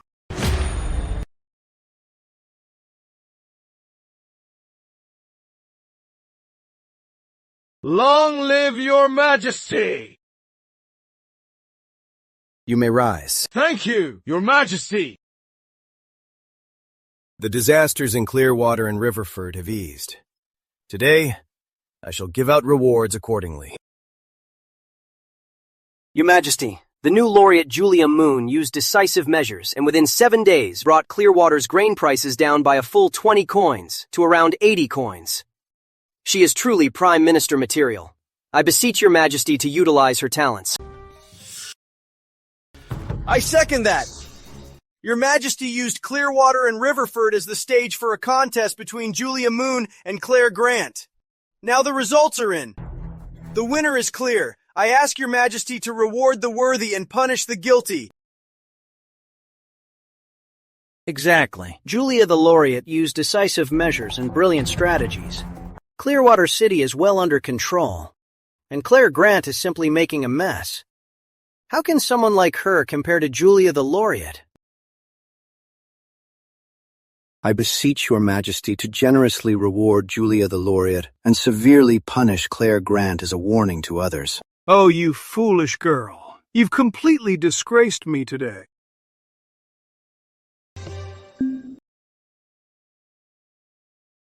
Your Majesty, grain prices in Riverford have skyrocketed. I've heard the news as well, and it deeply pains me. As a loyal subject of Avalon, I am willing to go to Riverford and ease Your Majesty's burden. But you just came back from Clearwater. To go non-stop to Riverford, it's too exhausting. It's fine. Easing His Majesty's burden is my duty. I've heard the 4 barons there are quite difficult to deal with, but I am completely confident that I can make them compromise with the crown and lower grain prices. You truly care for the people, a true role model for all officials. Your Majesty, I request a decree calling upon all officials to follow Julia the laureate's example and learn from her. I second that. Julia the Laureate is a brilliant talent with a compassionate heart. By contrast, what is Claire Grant? She's nothing but scum. People like her should be thrown straight into the royal dungeon and severely punished. Mr. Stern, Claire hasn't even returned yet. Jumping to conclusions like this, aren't you being a bit too hasty? Her? She's probably too scared to show her face. Everyone knows the moment she arrived in Riverford, grain prices skyrocketed, and she even colluded with the merchants to secretly extort bribes. Now that her crimes are exposed, who knows where she's hiding? Old dog Warren, my daughter is just on her way. She'll be here soon. A true blood of the Grant family, even facing a sea of fire, wouldn't even blink, let alone flee from her crimes. Enough! All you court officials bickering like a bunch of shrews. What do you take my Imperial Hall for? A public market? Forgive us, Your Majesty! You all can't wait for me to punish Claire. But from what I know, she is not only innocent, but has achieved great merit. Let Claire explain it to you herself. Summon Claire Grant!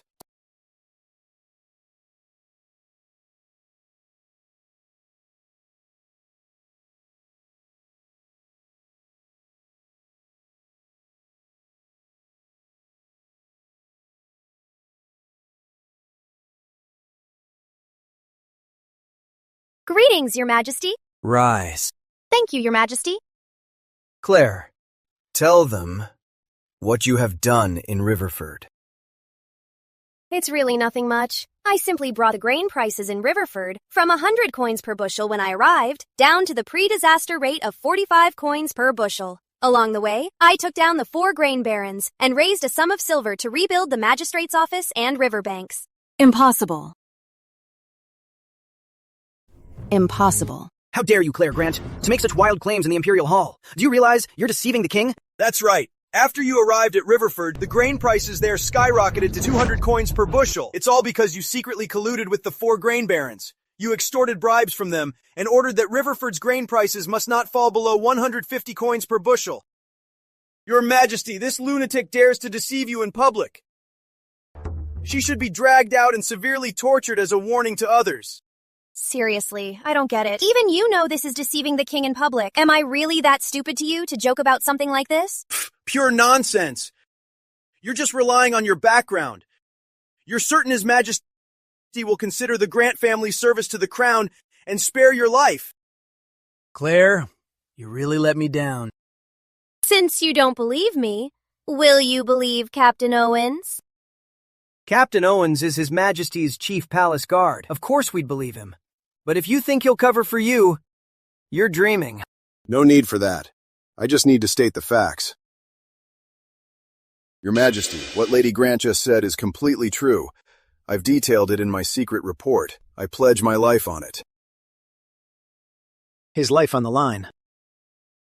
It's actually true. That's impossible. In the midst of a disaster, how difficult it is to lower grain prices, I know it all too well. How could she drop the prices to pre-disaster levels? It's simply impossible. I just heard outside. Julia, the laureate is going to Riverford. Seems like you're struggling. Want me to go to Clearwater City and help you? Silence! Even if in Riverford you manage to lower the grain prices, how do you explain repairing the local office and the river dikes? The priority right now is disaster relief for the people. You should be giving out money and food, but you spent the silver on entirely useless things. What do you have to say for yourself? Richard Stanton, I put up with you long enough. My daughter got that money, but she didn't pocket it herself. Is it your place to point fingers here? Even if Claire has merit in securing grain, repairing the local office without permission is a major crime. Her merits and faults cancel out. In this round, Julia the Laureate wins. Richard Stanton, since you've already made the decision for me, why don't you come up here and take the throne, and I'll go down and bow to you. I wouldn't dare. Forgive me, Your Majesty. Claire, why did you repair the local office? Explain it to these ministers. Simple. Since ancient times, when a disaster strikes, it's always the crown that sends food and funds. But the cost of doing this is that the refugees the crown must support will keep on increasing. When the disaster ends, the crown must raise funds to rebuild. That's another massive expense. So just opening the granaries is definitely not a good plan. Therefore, relief through labor is the best approach. Whether repairing the local office or the dikes, it creates plenty of jobs. As long as the people have food to eat, they will be willing to work. Combining post-disaster reconstruction with disaster relief allows the people to support themselves. This is a win-win solution. Excellent. Relief through labor. Your Majesty, Claire's approach has truly pioneered a whole new way of disaster relief. If Avalon faces natural disasters again, we can simply copy this method. Let me ask you again. While in Riverford, why did you visit brothels all day? For a woman to visit such places, it's truly disgraceful. It was for the investigation, of course. Do I need to explain myself to you? I also accompanied Lady Grant. By your logic, am I disgraceful too? Should I be thrown in the royal dungeon? That's not what I meant. That's enough. What makes a clear winner? This is what you call a clear victory. Claire wins this round. A complete victory. Thank you, Your Majesty. Claire, what reward do you desire? Initially, I planned that whoever won between you and Julia would be my royal secretary, to assist me at my side and stay close to me. What do you say? Your Majesty, I wish to join the treasury. Claire! Are you crazy? That's the royal secretary, the king's favorite, his trusted confidant, equal in status to Captain Owens. How could you refuse? Have you thought this through? Your Majesty, I have thought it through. Very well. I appoint Claire as Assistant Treasurer. She remains Inspector General. Julia is appointed Royal Secretary. Your Majesty is wise! All right. Court is dismissed. Claire, meet me in the Royal Garden later. Oh, okay. Julia, the role of Royal Secretary is finally yours after all. I only got what she rejected. Am I really that worthless?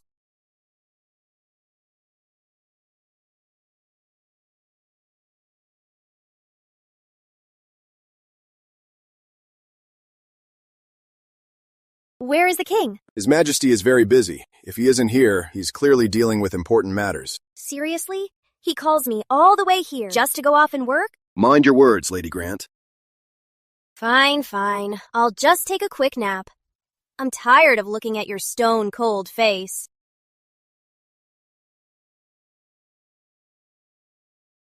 I've never seen such an unrestrained woman. Captain Owens, talking behind someone's back isn't a good habit.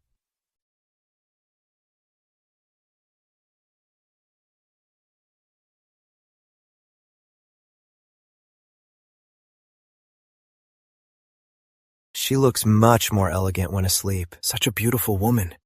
Yet she's so feisty and unruly deep down. Don't you find it amusing? Your Majesty, Claire may be brilliant, but she's not right for you. Captain Owens, don't you have other things to do? Your Majesty, my only duty is to serve by your side. Then step aside. Stop talking nonsense. Yes.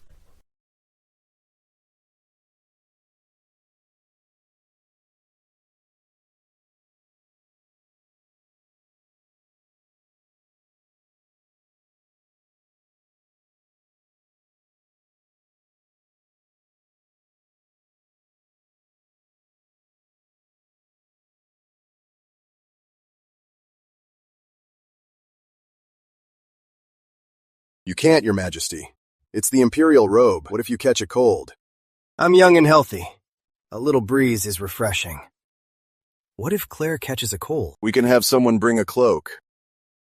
Captain Owens, why do you talk so much nonsense lately? I wouldn't dare. Urgent report. Your Majesty, urgent news from the Central Plains. A locust swarm has struck 2 provinces and 13 counties. Millions of people are affected. Back to the royal study.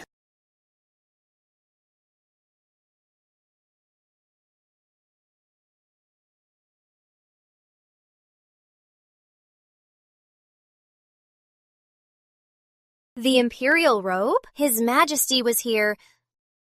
But where did he go? What a flake! He just left a robe and took off. Not a bad deal, though. I got a free imperial robe. Time to go home. Oh, you guys have no idea. Justin Warren and Richard Stanton, those two old dogs, the looks on their faces, it was like they ate day-old crap. That precious daughter of mine, she really helped me get some sweet payback. You're a high-ranking official. How can you be so vulgar? I'm happy. So what if I swear a little? But that darn girl, she actually gave up the royal secretary position to be an assistant treasurer. It makes me so mad. Just wait till she gets back. I'll show her my fatherly authority. Master, Miss Claire is back, but... She's back? Bring the cane. I am definitely teaching her a lesson today. Please, don't be rash. I'm enforcing the family law today. Your Majesty. Greetings, Your Majesty. His Majesty is here.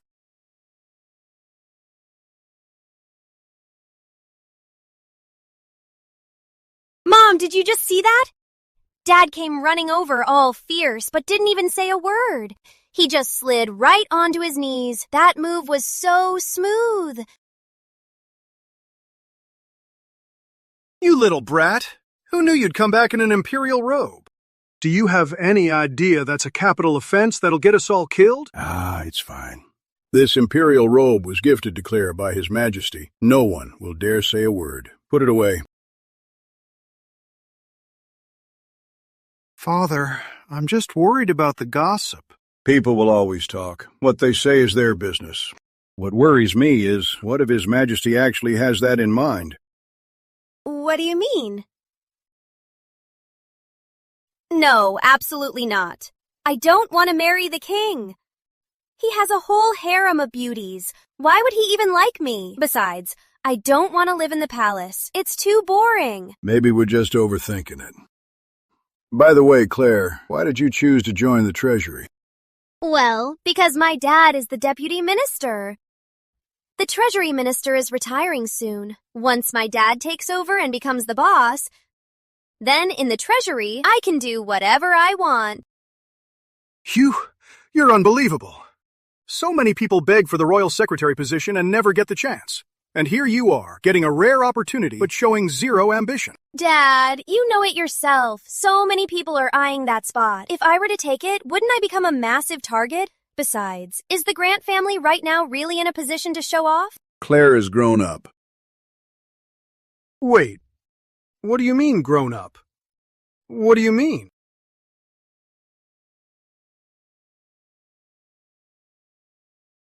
Why are you guys sighing? Do I really look that stupid? Someone wants the Grant family dead. With our enemies still around, it's best we keep a low profile. The enemy. Is it Justin Warren or Richard Stanton? They're nothing.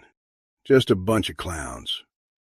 Claire, you may be a bit wild, but you're not foolish enough to not know your limits. Tell Grandpa, tearing down the royal edict, what was that all about?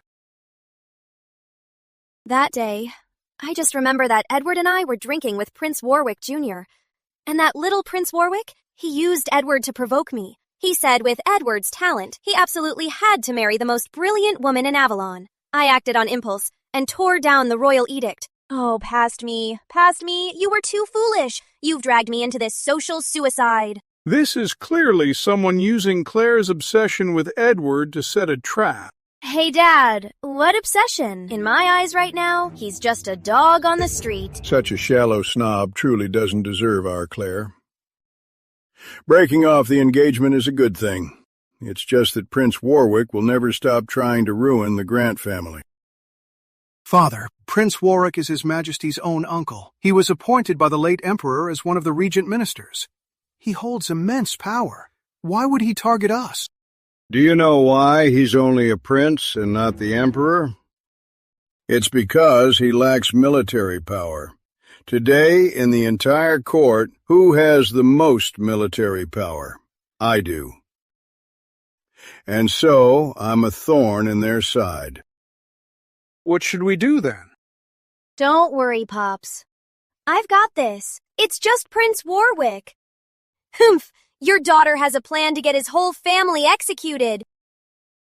Stop spouting nonsense. Prince Warwick has the late Emperor's imperial pardon token. So what? He has the pardon token, and we have the blade to execute at will. His token is from the late Emperor. But our family's blade is from the founder. We crush him. Dad, you! Great. Since you have a plan, then go ahead and do it. Grandpa will always have your back. Claire Grant, Philip Grant, urgent summons from His Majesty. Enter the palace for an audience at once.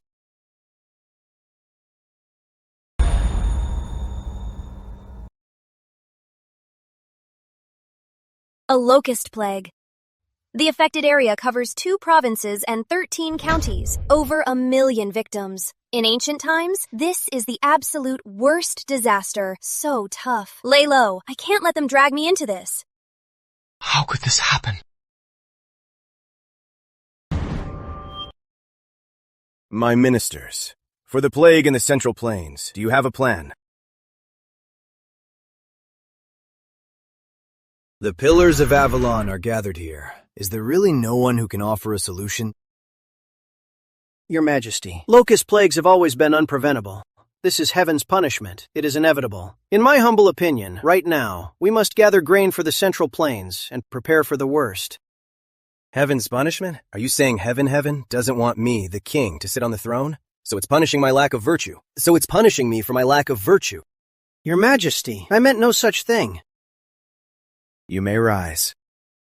Thank you, Your Majesty. In the Central Plains, over 1 million people are suffering. The plague is still spreading and constantly moving. Every hour, every single moment, hundreds of thousands of people are plunged into pure misery. If anyone has a solution, speak up now. I, the king, will reward you handsomely.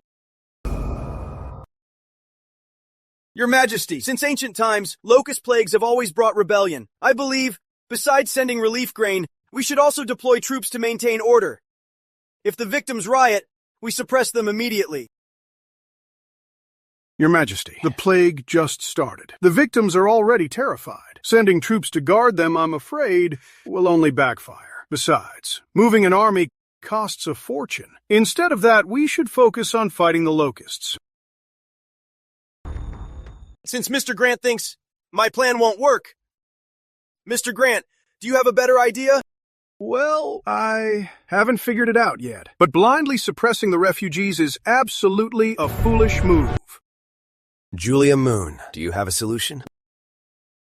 Your Majesty, since ancient times, locust plagues have been unstoppable. Moreover, according to this report, in the affected areas, the fields are full of eggs buried deep underground, making them hard to eradicate. Right now, the crown can only start gathering grain and prepare for disaster relief. Your Majesty, Julia the Laureate is absolutely right. This is a natural disaster. With manpower alone, there is no way to stop it. We must provide disaster relief immediately. We second that. The locusts leave nothing in their wake. The people toil in the fields all year, relying on the meager harvest to get by. Now the locusts have eaten it all. How are the people supposed to survive? Winter is coming. Are we to just watch them starve and freeze to death in the snow? Don't see me. Don't see me. Claire Grant, do you have a solution? No way! How did he spot me? She's just a child. I doubt she even knows what a locust looks like. If she has a solution, I will lick every latrine in Avalon City. Old man, a real man's word is worth its weight in gold. You said it yourself. Don't back out later. That's what I said. The whole court and His Majesty can bear witness to it. If you can't come up with a solution, you will resign and go home. You'll just be a housewife and never step foot in politics again. Do you dare? Why wouldn't I? It's just locusts, isn't it? Your Majesty, I have a plan that will wipe out all the locusts in the Central Plains. Claire, this locust plague in the Central Plains concerns millions of people. It's no joke. Step down right now. No, I didn't plan to say anything at first, but this old man insists on licking the latrines of Avalon. How could I deny him such a tiny little wish? All right. Claire Grant, if you have a plan, present it. The ministers and I will consider it. Well, this locust plague, no one can really solve it. But the good thing is, this disaster is just an early sign. Aside from a few adult locusts, the vast majority are still in the egg stage, so there is still hope. Claire, if you don't get it, I can teach you. The eggs are buried deep underground. They're hard to find and dig out. Even if they're found, the thousands of eggs are impossible to destroy by hand, so there's really no difference. Don't be in a rush. This plan has 3 steps. The first step is catching them. The Crown will order the people to catch adult locusts. The Crown will then set a ratio to collect them in exchange for grain. I thought it would be some peerless strategy. I didn't expect it to be just this. Even though the plague hasn't fully formed, there are still millions and millions of them.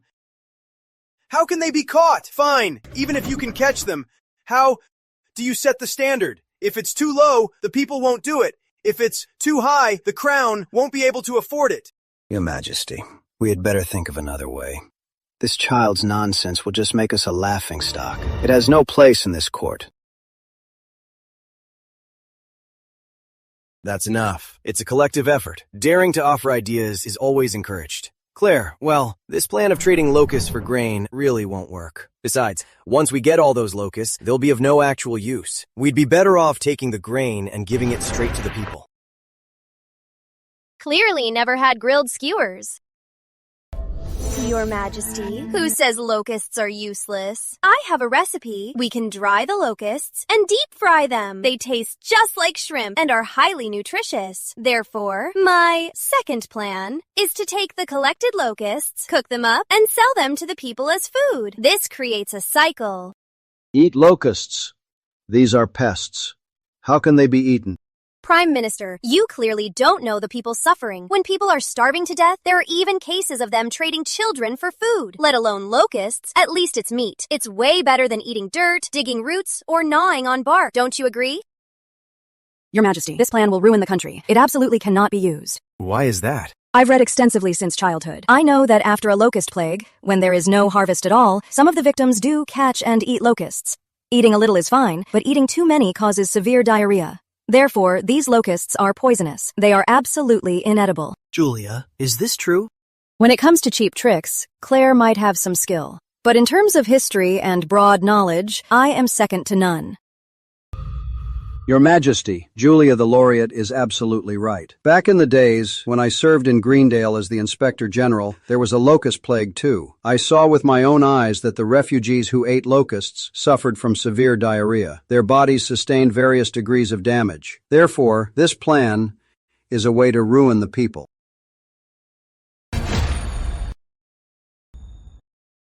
Your Majesty, this Claire is full of bad ideas. She should be thrown out of this hall.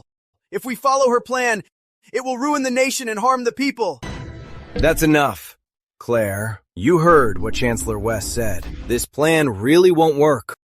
There have indeed been many locust plagues in history, but this is the first time I've heard of eating them to end it. Claire, no matter how you sweet talk, compared to Julia, you are absolutely nothing. Idiot. In front of His Majesty, how dare you say such foul words? Your Majesty, please punish her for this. Your Majesty, all the officials present here have earned their titles. But this guy, what does he have? What right does he have to be here? Yeah, she makes a point. My father brought me in here. Then your father is guilty too. Enough. Edward Stanton, get out. Your Majesty, out. Will Master Edward show himself out, or shall I do it for you?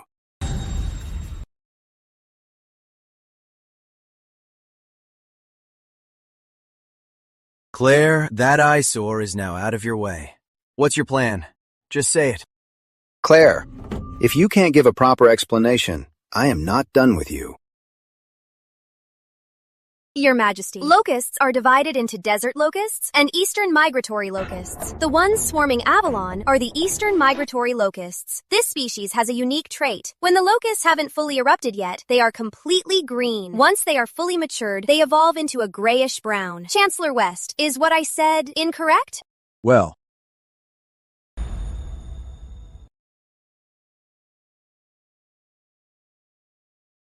I honestly do not know what desert locusts are or eastern migratory locusts, but I do know that locusts are indeed green at first. Later, when they swarm the skies and pass through an area, they do turn grayish-brown.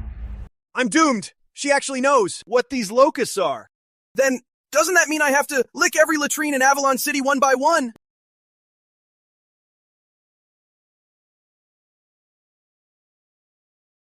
Your Majesty, what Julia the Laureate and Chancellor West said about the locusts being poisonous is precisely because they ate the grayish-brown adults. At that stage, they are toxic. But when green, they're non-toxic and actually have extremely high nutritional value.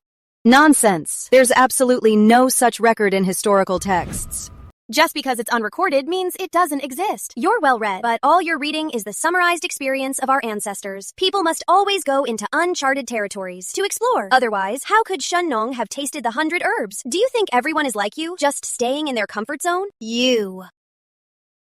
Claire, I have one more question. Even if these locusts are edible when green, there are millions of them. Plus, their eggs are still underground. If we just rely on manpower, how can we wipe them out completely? Exactly. Chancellor West hit the nail on the head. It's simple. This is my third plan. I call it the biological control method. Biological control method. What is this method? I've never heard of it. Nature's cycle is all interconnected. Every creature has natural predators, just as cats eat mice, rabbits fear snakes, and bugs fear frogs. The same goes for locusts. Chickens and ducks are their predators. Not bad. This idea is quite interesting. Therefore, my third strategy is to gather from around Avalon 50,000 chickens and ducks. A single chicken or duck can eat over 100 locusts a day. Thus, 50,000 of them, even if we have the estimate, can consume millions of locusts in a day. Makes sense. Indeed. And this is only the amount for one day. In 10 days, that would be hundreds of millions. Right now, the locusts haven't swarmed yet. The adult numbers are still low. In just a few days, it will work. Later on, even if the eggs hatch, they'll merely become food for the chickens and ducks. Good. Excellent. This plan is highly feasible and very cost-effective. Wait, if it's really that simple, why didn't the ancients think of it? There must be a catch. I can't believe you! Are you seriously doubting me for no reason? Just because it's never been done, does that make me wrong? You read all those books for nothing. Claire Grant, don't think that just because you know a few dirty tricks, you can do whatever you want. Is there a problem? At the very least, I proposed a practical and feasible plan. And you? You do nothing. Just stand there questioning me. Is it wrong for me to criticize you? You, Julia the Laureate. If you don't understand, I can teach you. Isn't that what I just said? Your Majesty, although this method is feasible, it does have one limitation. They must be implemented before the locusts change color. Otherwise, when they swarm and turn completely gray-brown, they become toxic. Then the chickens and ducks won't eat them. Therefore, if people didn't know about this, or if they knew but failed to promote it, it's perfectly understandable. Just a moment ago, what you said has now come back like a boomerang, right between your eyes, you two-faced bitch. Green tea? What does green tea mean? Claire, for this deep humiliation, I'll make you pay 100 times over. Your Majesty, what Claire suggests is nothing but her own speculation, without any proof. If implemented, we'd be gambling with the lives of millions of our citizens. Your Majesty, you must not trust her. Looking at history, there's never been a cure for locust plagues. Wherever they pass, no grass survives. People trade their children for food and flee their homes. Right now, of all the officials, only Claire has offered a solution. I must give it a try. I am the master of Avalon. Whatever the consequences, I will bear them alone. Your Majesty, you are wise. Your Majesty is wise.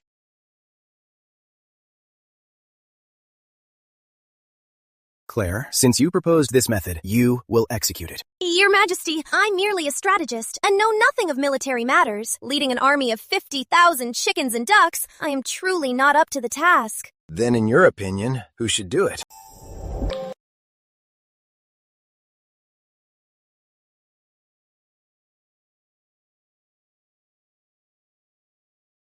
No!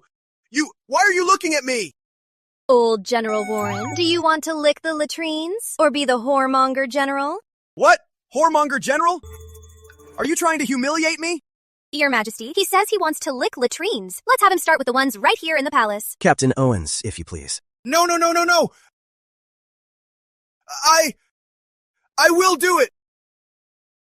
Your Majesty, I request Old General Warren lead the 50,000 chickens and ducks to form the anti-locust army. With this poultry army, the locusts will be wiped out. All right. Justin Warren, I hereby appoint you Marshal of the Fowl. These 50,000 chickens and ducks, I will leave them to you. I obey your command.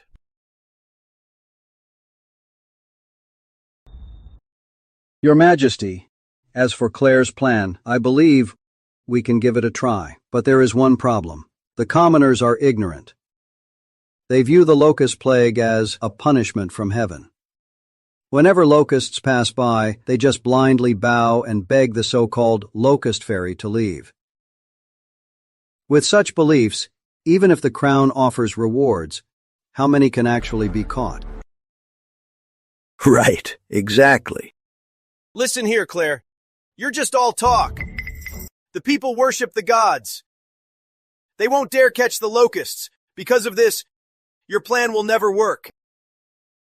That's not hard at all. All His Majesty needs to do is lead by example. In front of the whole world, just eat a few locusts. Then the problem is solved. No way! What are you doing? What are you doing, Father? How dare you, Claire? His Majesty is of noble status. How could he eat filthy locusts? Claire, what are your true intentions? Your Majesty, she is far too bold. She must be severely punished. Yes, exactly. But if we do as Claire suggested, and I stand before the world to eat the locusts, it would indeed solve the crisis. Your Majesty, you absolutely must not. As the sovereign, how can you eat locusts? Moreover, the disaster area is far in the Central Plains. It's such a long journey. How could you possibly go there? That's not hard at all. Well, it all depends on whether our old General Warren is loyal to His Majesty. Me? My loyalty to His Majesty is as clear as day. I'd face a mountain of blades or a sea of fire without even blinking. How dare you question that? Very impressive. Since old General Warren is so loyal to His Majesty, then Your Majesty can issue a royal decree. Have old General Warren hold the decree, acting as your proxy, to eat a few locusts for you. That solves everything. Oh no! She's coming after me. You want me to eat locusts? I'm not eating those disgusting things.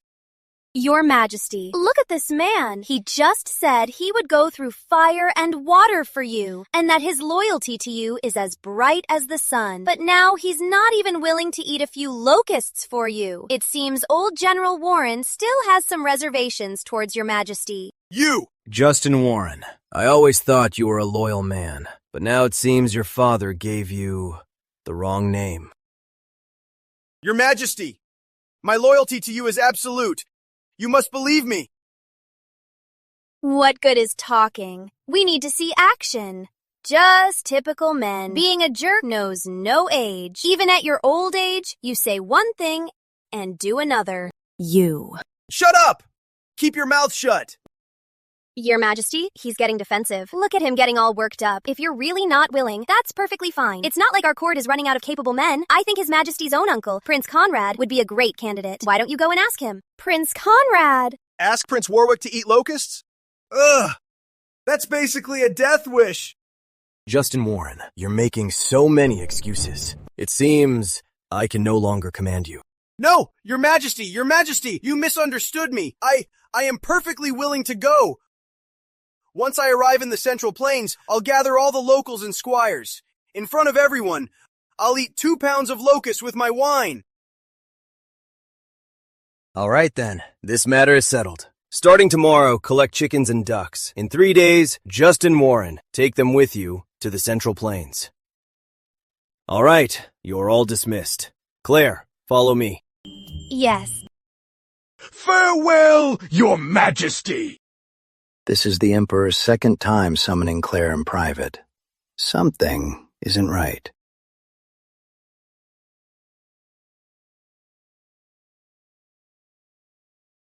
You! What kind of job is this?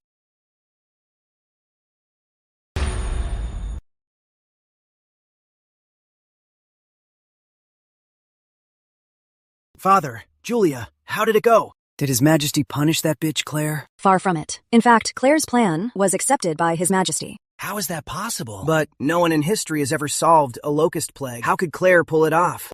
That's enough. Now is not the time to dwell on this. What worries me is his attitude toward her. Attitude? What attitude? Just after court, His Majesty made Claire stay. 2 private meetings in one day.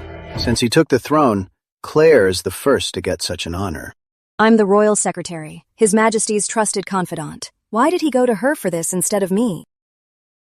It'd be fine if it was just business. What I fear is that he has feelings. The king has feelings for Claire? Keep your voice down. We are in the palace. Do you want the Stanton family to die any faster? Father, what are we gonna do? If the king favors Claire, won't she just ruin us completely? It's hard to say, but we absolutely can't let that happen. Edward, are you sure you can make Claire stay devoted to you?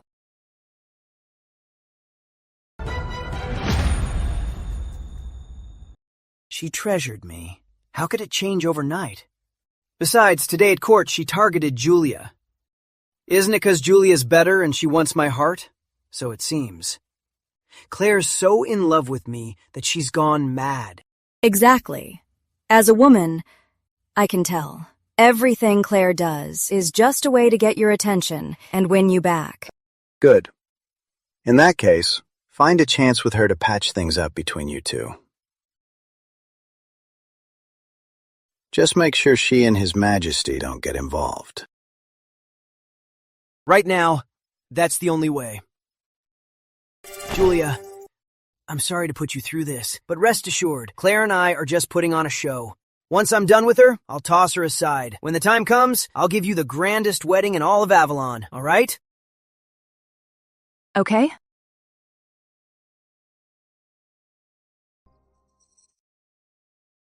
Captain Owens, aren't you supposed to be on patrol? Go on then. Your Majesty, I've already delegated the patrol duties to the Chief Palace Guard, Charles Kent. Well, I'm a little hungry then. Go to the royal kitchen and get me some snacks. Your Majesty, the doctor said you've been a bit weak lately. It's best to eat less. I said I'm hungry. Yes. Finally got him out of here. Someone, have the royal kitchen bring some snacks. I told you to go yourself. Do you not understand? Your Majesty, if you want me out of the way, you can just say it directly. Get out. One more word, and I'll have your head. Yes, Your Majesty. Take a seat.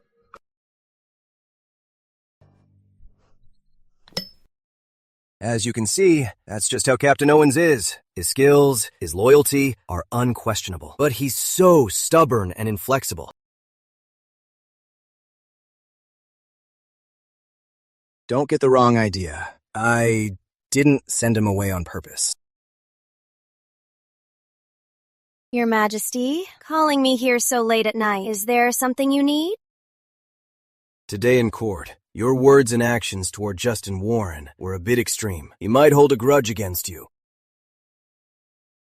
We're already enemies, not friends. So what if he holds a grudge? If I didn't go after him, would he just let me off? He wouldn't. But the person behind him is someone you can't afford to provoke. You mean Prince Warwick? It seems old General Grant has told you quite a bit. Your Majesty, do you want him gone? He uses his status to constantly oppose me. He sees me as young, secretly colludes with officials, and defies my orders in secret. If there weren't people like old General Grant in the court, I, as the Emperor, would have been a puppet a long time ago. Good. The enemy of my enemy is my friend. We can join forces and take out that old geezer.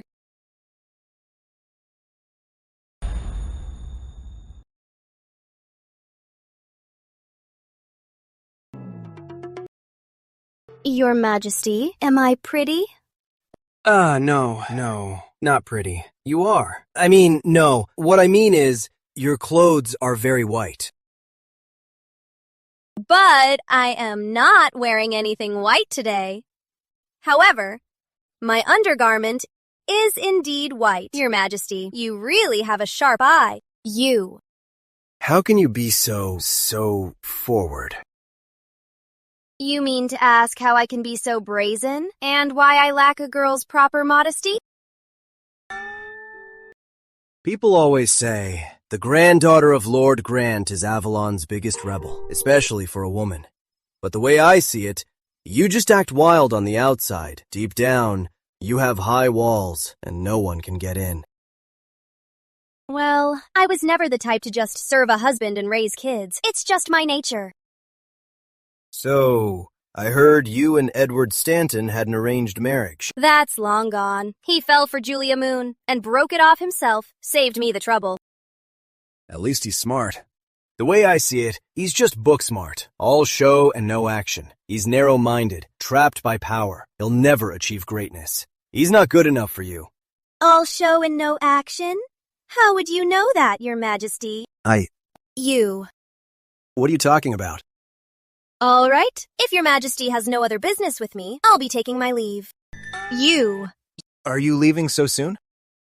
Your Majesty, it's already so late. Do you really want to keep an innocent girl like me in your bedchamber? The gossip out there is going to drown me. Today, they just call me wild and reckless. Tomorrow, they might accuse me of defiling the inner palace. I can't take that blame. Don't tell me you actually want me to spend the night here? You really want me to stay in your bedroom tonight?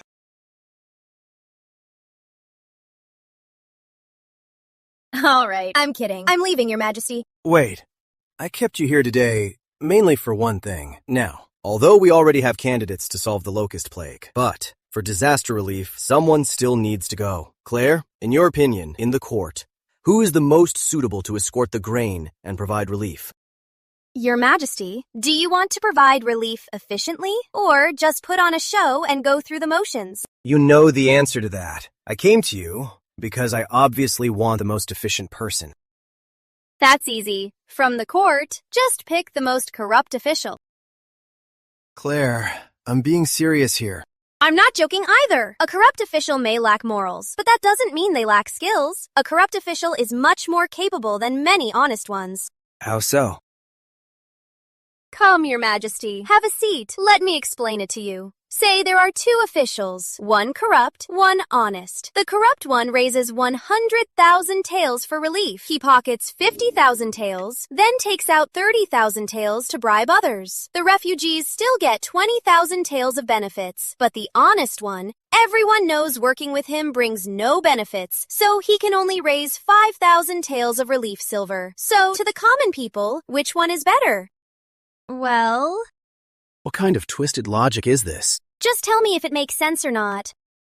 Come to think of it carefully, it actually does make sense. Oh, right! Your Majesty, issue a strict order. If the disaster relief goes well, promote him and grant him a title. If it goes poorly, execute him without mercy. When that time comes, how could this corrupt official not do his best? If he really can't help it and embezzles some silver, it doesn't matter. He wouldn't dare go too far. After all, keeping his life and title makes the stolen silver worth it, right? You can send a trusted aide to follow him secretly. When the disaster is almost over, leak the news about him embezzling relief funds and killing refugees. When public anger boils over, you can just execute him. That way, the job gets done, and we win the people's praise. Isn't it perfect?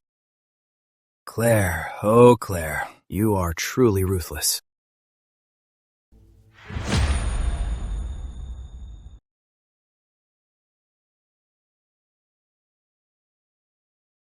Your Majesty, please have your meal. Why is it only this stuff? Take it away. I won't eat. Your Majesty, you just said you were hungry and wanted some snacks. Captain Owens, do you know that people who are too blunt are not well liked? Your Majesty, I don't need to be liked. I only need to serve you well. You... Forget it. You are hopeless. Captain Owens, let me ask you, Claire, what do you think of her? Her brilliance is unmatched. She stops at nothing. A person like her is a great minister in peace and a warlord in chaos. If she were a man, no matter what, I would have her killed. But she is a woman, so you want her as your consort. What? Can't I? Your Majesty, putting aside whether Claire is suited for the harem, Prince Warwick alone won't let this happen. He wants the queen to be someone he chooses. How can my queen be decided by a mere prince? Just because I rejected his choice for queen, he faked sick to skip court for 2 weeks. I have a feeling he's getting restless.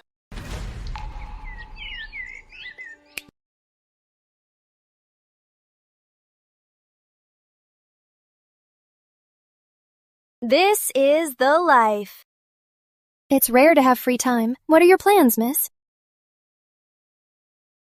Staying home is too boring. Later, let's go out for a stroll. Miss, the Stanton estate sent a letter. It's for your eyes only.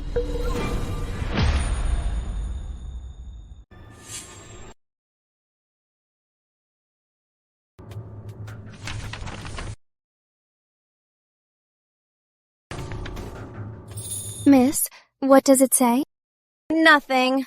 Just some arrogant fool asking me out to where we first met. Is it Edward? Didn't he break the engagement? How does he have the nerve? Shameless. Either he wants to hedge his bets, or he wants to use me again, scumbags. All think like that.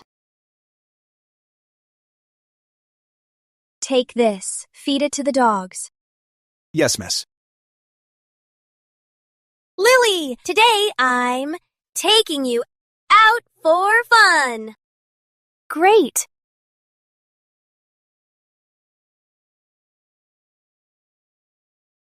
Master, it is time already. Why isn't Miss Grant here yet? I wrote that letter to her with my own hand. Knowing how Claire is so obsessed with me, she must be treasuring it. She won't stand me up.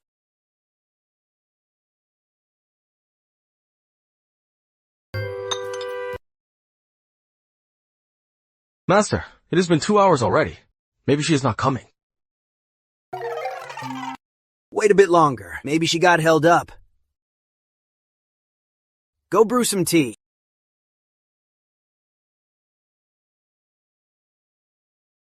Claire, you little bitch, making me wait here in the cold for so long. When you get here, I won't go easy on you.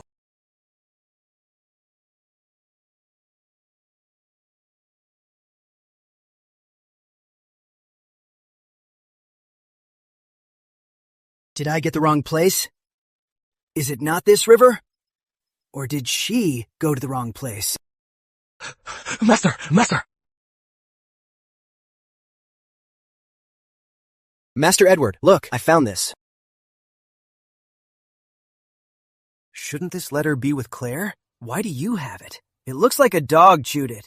I actually found it right by the doghouse at Grant Manor. Just to get this letter, I was chased by a big black dog for a whole block. What? A doghouse? Where is Claire? Where is she? Someone saw her. Enter the Grand Banquet Hall. The Grand Banquet Hall? Avalon's top restaurant. I'm out here freezing in the cold wind, and she's off stuffing her face. I'll teach her a lesson. Let's go to the Grand Banquet Hall.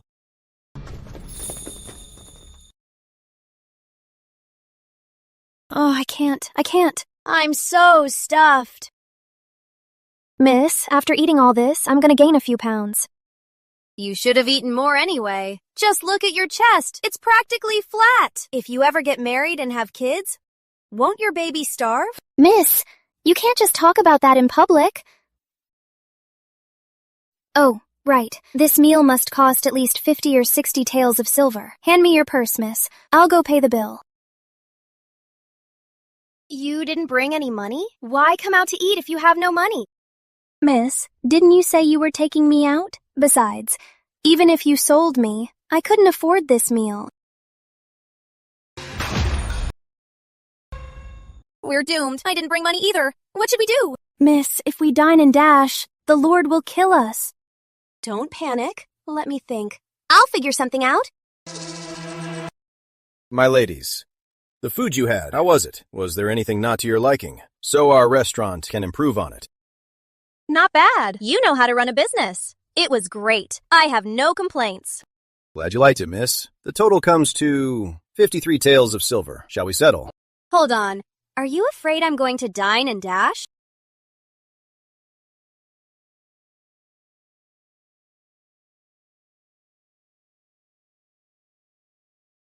Boss, a friend of mine just got here. He'll settle the bill for me. Quit the act. Now that you see me, you're still acting like a desperate little wench. Wrapping you around my finger is a piece of cake. Oh, Master Edward, what a coincidence! It's been a while. How are you doing? No, I must stay aloof right now. Pretend nothing happened. I shouldn't give her a smile. Make her realize she's wrong. So it's Miss Grant. What's up? Nothing! Go, go, go! Gone? She just left? Hey, master. Hey, sir. Please, pay the bill. Is the Grand Banquet Hall crazy for money? Charging just to walk in? I can easily find guys to tear this dump down. Sir, the Grand Banquet Hall has no entry fee. But your friend was just here and ordered our finest feast. She said you're paying for her, so please. No, I'm here just to find her, not to pay for her. That is a matter between the two of you. Now that she's gone, I can only ask you. Besides, the Grand Banquet Hall isn't a charity.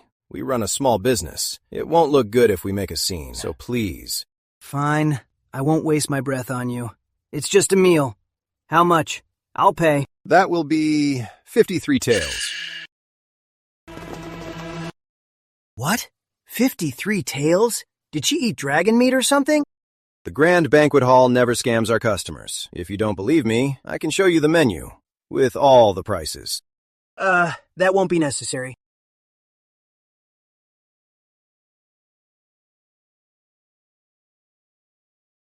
There's always a way out.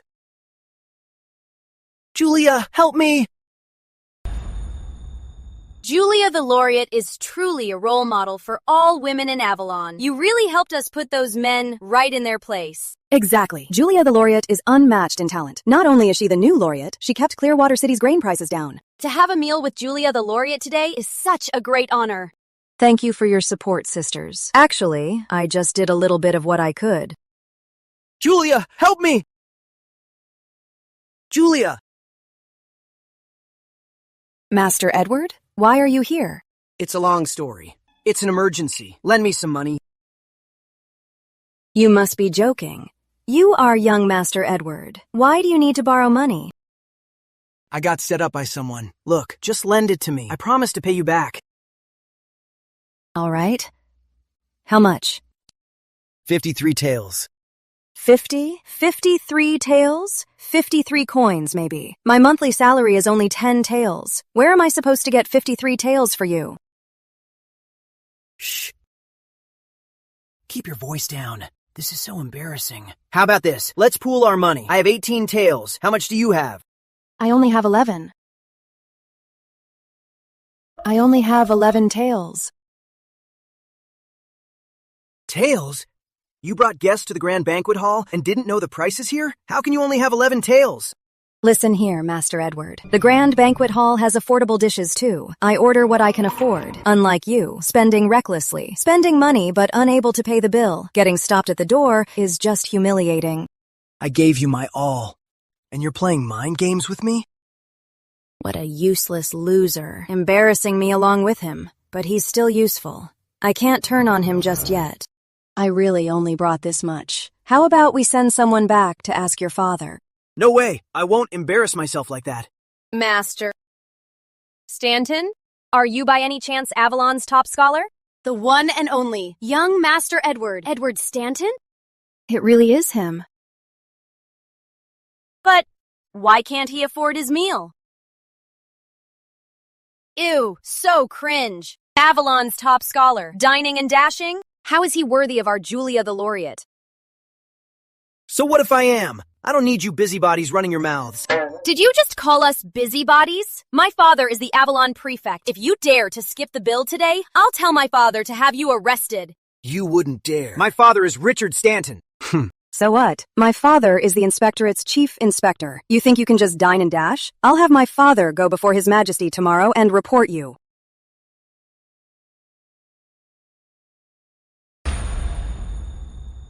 Miss, you're so clever. Seeing Julia here, you knew there'd be a show. We almost missed it.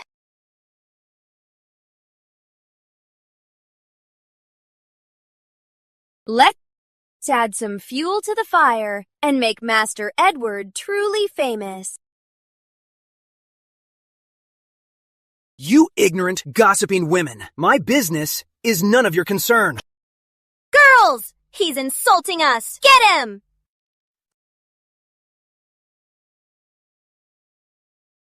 That's right! Girls, beat him up! Stop hitting him. Stop it.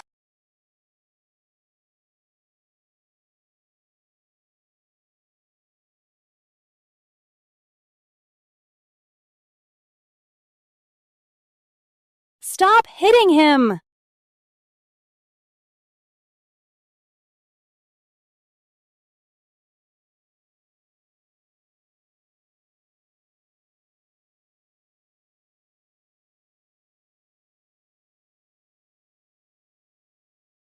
Miss! I got the news! Last night, Edward got a real good beating. The authorities even showed up, but since those ladies all come from families of high officials, the Stanton family just had to swallow it. And then, what happened next? Then the manager chased Edward for the bill. Richard had no choice but to come pay it himself. I heard they were green in the face. Now the Stanton family is truly famous in Avalon. Oh, right, miss. You asked me to look into news about Prince Warwick Jr. I found out something. A new star courtesan arrived at Rosewood House today. All the young noblemen in town are going crazy. Warwick got a bunch of guys together, saying he's going to win her over. A star courtesan? Lily, let's go join the fun.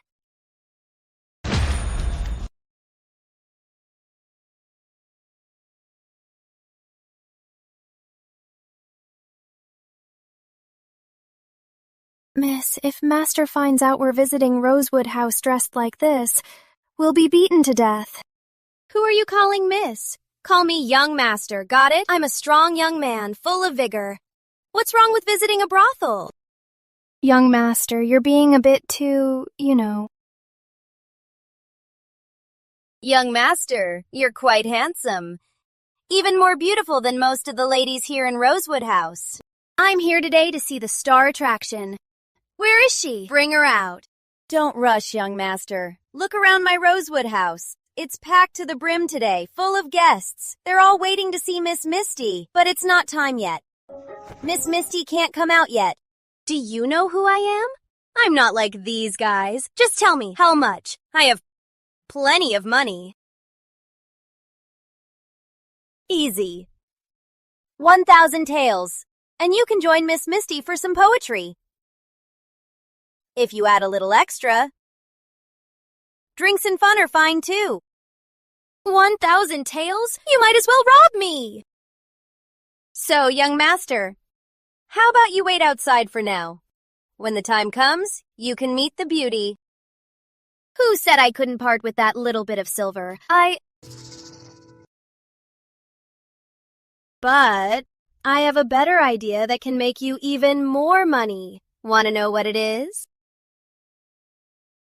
I'm telling you, young master, to tell you the truth, here in Avalon City there are plenty of scholars. They rack their brains trying to save money while still wanting to see Misty. but in the end, most of them are just useless. So my suggestion is, there's only one top beauty here. Your old trick of teasing them how much can you make? Besides, here in Avalon, there are tons of brothels. Today you have Misty, tomorrow someone gets dreamy, then Luna shows up. Won't your clients just leave? Young Master, your insight is simply spot on. Right, so why don't we start a membership program? We take these eager little piggies and put them in tiers, based on how much they load up, and this loaded amount can be spent right here. Those who load just a bit are basic members. They get free dishes and a song. Intermediate members get a buy one, get one deal. And premium members can book Misty anytime they want. Won't they just keep throwing money at you? This method is simply unheard of. This right here is called the prepaid membership scheme. You take these piggies' next few months, or even half a year of spending, and bleed them dry at once. Besides, once they load their money here, they won't want to go elsewhere. And then, aren't they at your mercy? You're absolutely right. Besides, people are naturally competitive. Say today, William Warren gets a basic membership, but Harold Harper gets a premium membership. Then William Warren at the dinner table won't be able to hold his head high. Won't he try everything he can to load up more money? Young Master, this plan is simply brilliant and ruthless. Yet no one could even find a fault with it. Come to think of it, only the famous in our Avalon, Black Lotus Claire, could match such brilliance. Black what? Lotus what? You see, sir, that's the granddaughter of Lord Grant, Claire's nickname. Rumor has it she is incredibly ruthless. Her skill in playing with people's minds is pure wizardry. Everyone says, better to meet the devil than cross Claire. But I digress. Sir, to be perfectly honest, the real boss behind Rosewood House is none other than Miss Misty. Please wait here a moment, sir. I'll go inform her right now and come fetch you shortly. Which bastard gave me this nickname? It sounds terrible. Miss, look, Warwick and his cronies are sitting over there.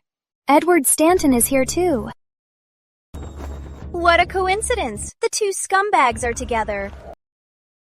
Sir, Miss Misty invites you in. This time, I don't have to pay, do I? Sir, you're joking. I took your words and repeated them to her.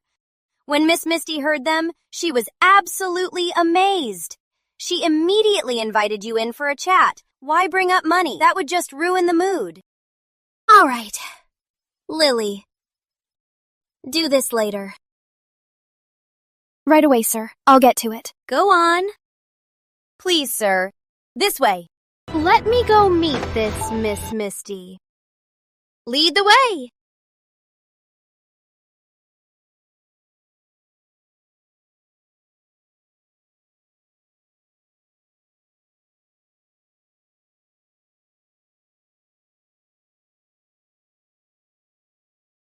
I am Misty. A pleasure to meet you. You're quite brilliant, sir. Would you be interested in investing in Rosewood House? Not bad. Nice chest, great curves, perfect material for a top courtesan. You still haven't answered my question, young master. Oh, well. A place like this is fine for some casual fun, and that's about it. As for investing, I think I'll pass. I'm part of the system after all. You know how it is. It's really fun talking to you, young master. You're not like the others. When other people talk to me, they always use flowery language, as if they're afraid I won't know their scholars. But you always use the freshest words to express the simplest things. What? Are you falling for me? You'd better not. Careful, you might get hurt. Are you trying to say you can play the field without getting attached? I'm actually quite curious. You're already the boss. Why still put yourself out there? Who would say no to more silver? I've got some good looks. While I'm still young, cashing in on them is the smartest move. Young master, are you really not going to invest? Don't test an official with that. Don't underestimate Rosewood House, young master. Its profitability is consistently over 30,000 taels of silver a month. Plus, the method you gave me earlier, I am confident we can net 50,000 a month. About this investment, tell me more.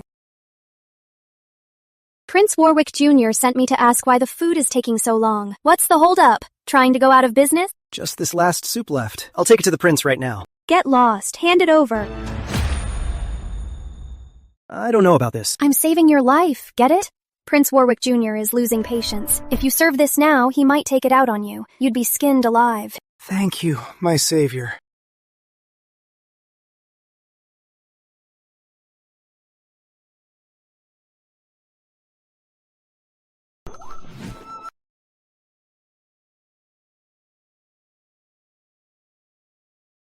Ed, I heard yesterday you got beat up by a bunch of women.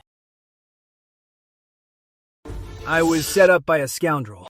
But you're Avalon's top scholar. Who would dare mess with you? No, I can't tell the truth, or I'll be a total laughingstock. Forget it. Let's drop it. Why hasn't Miss Misty come out yet? Madam! Prince Warwick Jr. What made you so upset? Is the food not to your liking? Or did the girls not serve you well? Please accept my apologies. Cut the damn small talk. Where's Misty? Why isn't she down here yet? What a diva. I've been waiting here forever. Go tell her to come down here. Prince Warwick Jr. It's not that Misty's acting like a diva and won't come down. She's actually chatting with a guest. She'll be down in a bit. How about I have a few drinks with you first? You, drink with me. Who do you think you are? You think you're worthy to drink with me? Get up there and bring Misty down here. Otherwise I'll tear this damn brothel down. Prince Warwick Jr., why be in such a rage? It's bad for your health. My prince, why so angry? It's bad for your health. Look, it's Miss Misty. She's absolutely stunning. Truly Avalon's top beauty. Just looking at her melts my heart. But who's the pretty boy next to her? Why does he get to stand beside Miss Misty? Claire! It really is her. She's a woman dressed as a man in a brothel. Who's the pretty boy next to Misty? Looks so familiar. I think it's her. A woman visiting a brothel? Interesting. Calm down, my prince. I am right here now. Please accept my apology. That's more like it. So soft. Master Grant, right? Well, interesting. We've been waiting here for Miss Misty for ages. Didn't expect you to beat us to it. You're joking, my prince. It's all about skill. Such a fine feast. Why is no one eating? Oh, I get it. You were waiting for me, right? Don't mind if I do. Lily, get me some soup. Right away.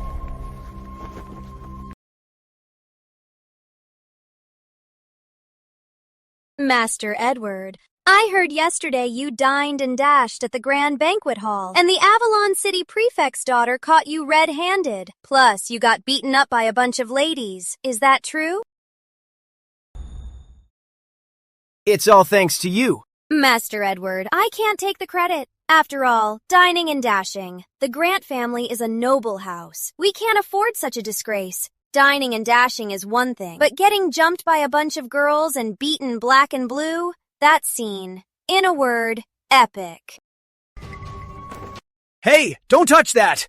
Let me tell you, all this food is not for you at all. Get your own table if you want to eat. Your Highness, I specifically ordered this bull pizzle for you. It's the ultimate tonic for men. Once you drink it, you'll be a beast.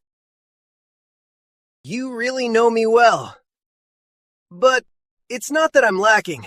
It's just that later, when Miss Misty and I are all alone, it'll help spice things up.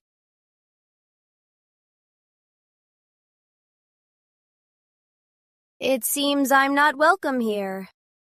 Fine, I'll just leave. Wait a minute. I heard Master Grant has recently made quite a name for himself. full of brilliant ideas. I even heard His Majesty is full of praise for you. On such a beautiful day, with a beauty by our side, why not have Master Grant compose a poem to entertain us? Brilliant plan, Your Highness. Even if Claire knows a few underhanded dirty tricks, when it comes to poetry, this time, she'll make a total fool of herself. Relax. She's only in the limelight because I haven't made my move yet. If I stepped in, she'd be nothing. Well, what do you say? It's just composing a poem, isn't it? How hard can it be? Very well. Then we will await Master Grant's masterpiece.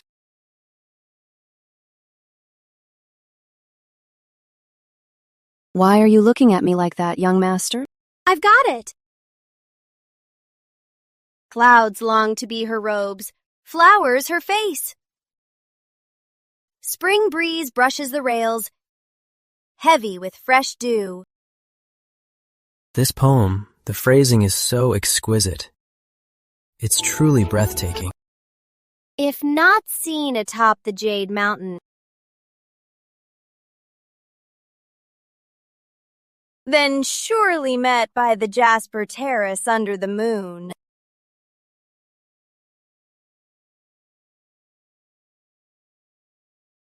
Clouds long to be her robes, flowers her face, so beautiful. What's the big deal with this poem? I don't get it at all. With this poem alone, it overshadows the Avalon Literary Circle for 300 years. Say something, Edward. I really didn't get it. I don't believe she wrote it. She must have copied it. Master Edward, could it be that yesterday someone hit you in the head and made you stupid? You. Bro, just ignore her. Let's go. My lord, why are you leaving so suddenly? Stop talking. Let's go. What's wrong with you, my lord? Ouch. Did I scare you off? It's fine. Run along. Tomorrow, all of Avalon City will be spreading my fame. They'll say I used one poem to scare off Avalon's top scholar. In your dreams. My lord, we can't leave. If she steals the spotlight today, my title as Avalon's top scholar to the whole world will be completely ruined. Cut the damn crap. Let's go. Why leave, my lord? What's wrong with you? Just tell me. I can't hold it in. Hold what in? No, you have to tell me. Stop shaking. We can't leave today. Stop shaking. Watch out!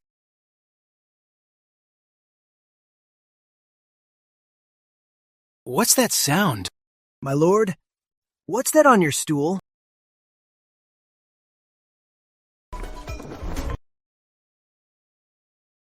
My lord, you got it on my face. I told you to stop shaking me, but you kept fucking shaking me. Oh my God! Prince Warwick Jr. soiled himself. Hurry! Get me out of here! Let go of me! I will kill you, you hear me? Hurry up! I can't take it anymore! This smell is way too strong. I can't stand it anymore. Let's go, Lily. Please wait, sir. Miss Misty, is there something else? You're brilliant, sir. I deeply admire it. But I only heard them say you are Master Grant. I was wondering, may I have your full name? Miss, the way she looks at you, she's totally smitten. Listen, Miss Misty, we only just met. Sir, do you look down on me for my background? Though I greet many guests here, I've always kept my virtue. I only sell my art. That's not what I meant. Forget it. See for yourself.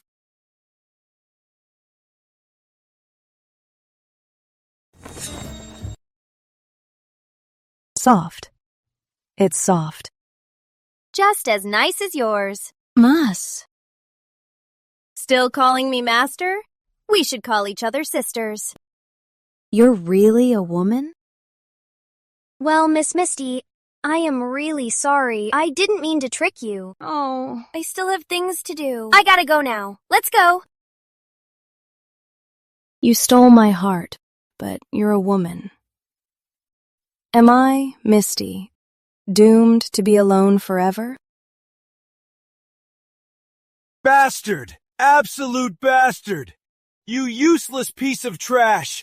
Do you know what they're saying about you? They say Prince Warwick Jr. is Avalon's top hothead. You are a total disgrace.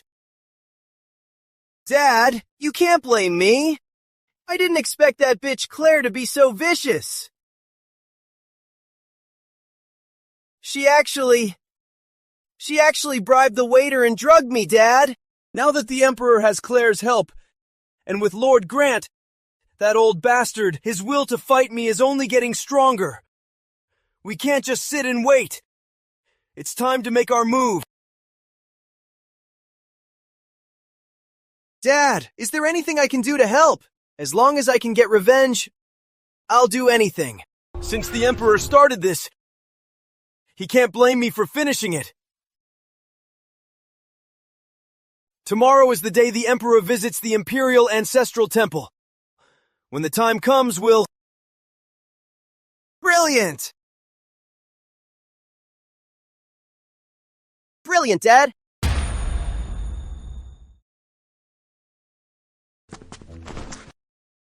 Miss, you're so wicked, making me go out and give Warwick a nickname. What was it again? Avalon's top hothead. That's brutal. If I didn't provoke him hard enough, how could I force him to jump the gun? Yeah, once he panics, we'll get our chance. Miss, Master wants you right now. Huh?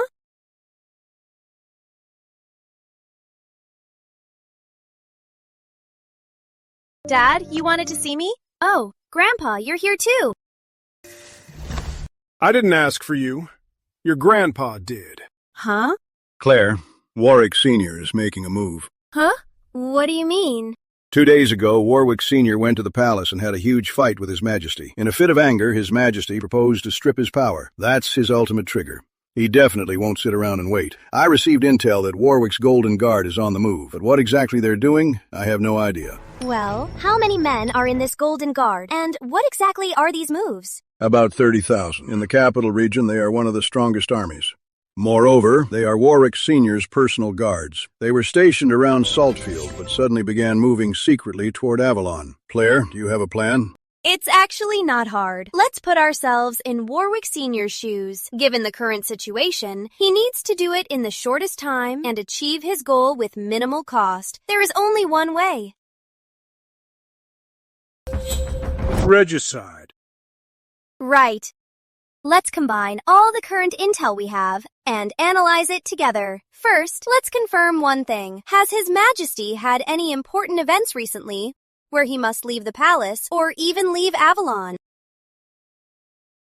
Yes, tomorrow is when His Majesty visits the Founder's Temple to worship. Then that's almost certainly it.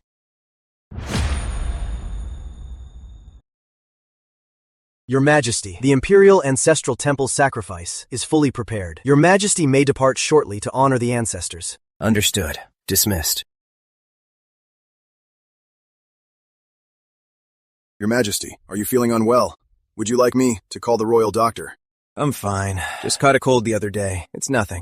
No need for excuses, Your Majesty. It must be because you gave your imperial robe to Claire that you got sick. I thought the Emperor's affair with Claire was just a rumor. I didn't expect it to be true. Damn that Claire. No wonder she rejected Edward. Compared to His Majesty, what is Edward Stanton? It's not fair. Why do I have to take your leftovers? You talk too much, don't you? No way. I have to perform well. Maybe the king will look at me differently if I could enter the inner palace. Your Majesty, your health is of utmost importance. You shouldn't take it lightly. Why not let me take a look?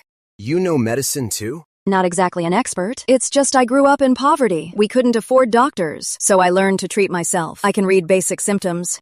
I've heard you came from humble beginnings. Making it this far wasn't easy. All right. Come take a look.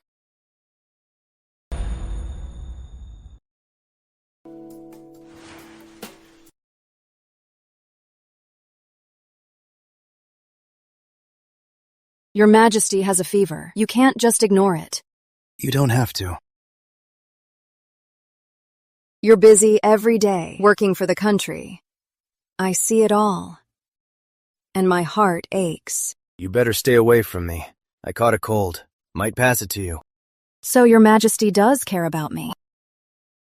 It's mainly because if you get sick, I'll have to personally review those reports. That's too exhausting. In your Majesty's eyes, am I just an official? What else would you be? That's enough. Don't stand right next to me. I'm already having trouble breathing. With you standing here, I can barely catch my breath. Lady Moon, His Majesty asked you to step back. I've overstepped. Control yourself. Don't throw yourself at His Majesty, or else my sword won't show any mercy. You.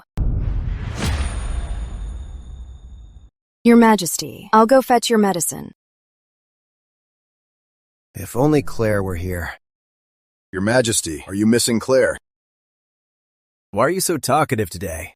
I'm just speaking the truth. Your Majesty, there are boundaries. Claire isn't right for you. Owens, you're acting strange. Why do I feel like you really don't want me getting close to Claire? I wouldn't dare. I just care about Your Majesty. Never mind. Thinking too much is making my head hurt more. Your Majesty, how about I go bring Claire over to chat with you? Yes! Go now! Let me think. Tell the royal kitchen to prepare some snacks. A couple of days ago, her favorite in the palace was that mung bean cake. Bring more of those. Also, prepare something not too sweet. She's grown, yet she still loves sweets. Too much is bad for her. She needs a balanced diet. Go quickly! Go! What are you waiting for? I'll go right away. Claire. It's always Claire. Why her? Weren't you getting the medicine? Why are you still here? I shall take my leave.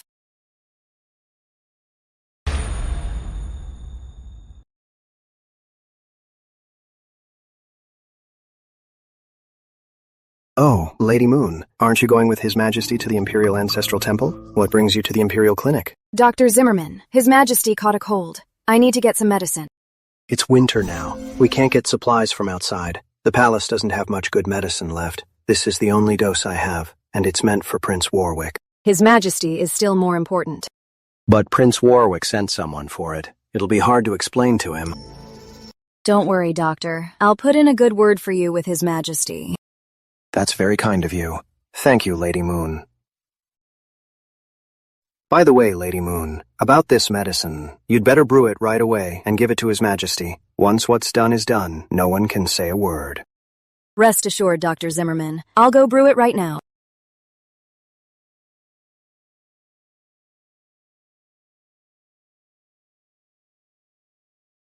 Your Majesty, the medicine is ready.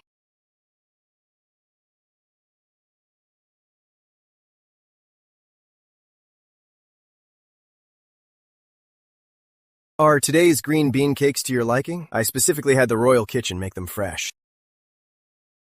They're okay, just not as sweet as before, missing something. Blame Captain Owens. I told him you like it sweet, but he decided on his own. Your Majesty, you said you didn't like them too sweet, so the royal kitchen made all the pastries a bit. Your Majesty is wise. I took it upon myself. Your Majesty, the medicine is ready. Got it. It's too hot. I'll drink it later. When I'm around, just standing next to you feels like I'm breathing your air. But in front of Claire, you do everything to please her. Your Majesty, you're so biased. Claire, why do you have to fight me for him? Your Majesty, let me blow on it to cool it down. Wouldn't that get your spit in it? How am I supposed to drink that? Please forgive me. Your Majesty, this medicine needs to be taken while hot to work. It's too hot.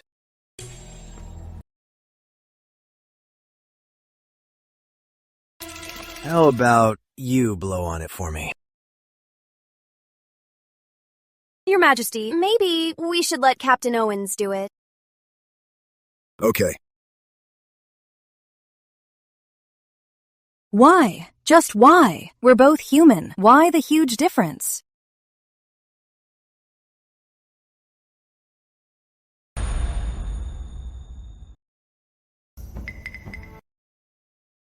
Your Majesty, that's enough.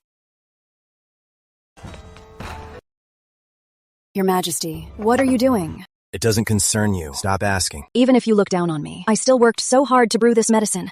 Why must you humiliate me like this? I told you it doesn't concern you. Don't you understand? Julia, you're just being used. Shut up, it's all you. Why is it that in my biggest moments, you always ruin things? I'll give Edward back to you. Just leave His Majesty alone, okay? Please? Didn't you treat that trash like a treasure? Now that he got splattered by Warwick's crap, you don't want him anymore? Splattered by what crap? What are you talking about? You really didn't know?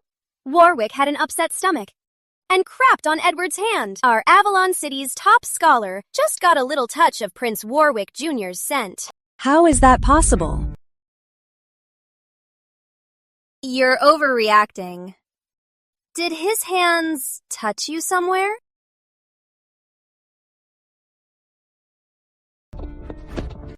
Prince Warwick is rebelling. He has dispatched troops to surround the entire Imperial Garden.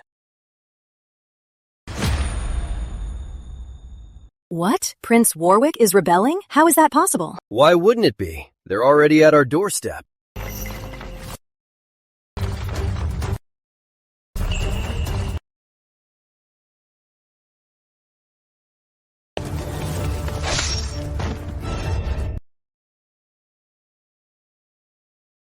Forgive my audacity to ask your majesty to abdicate.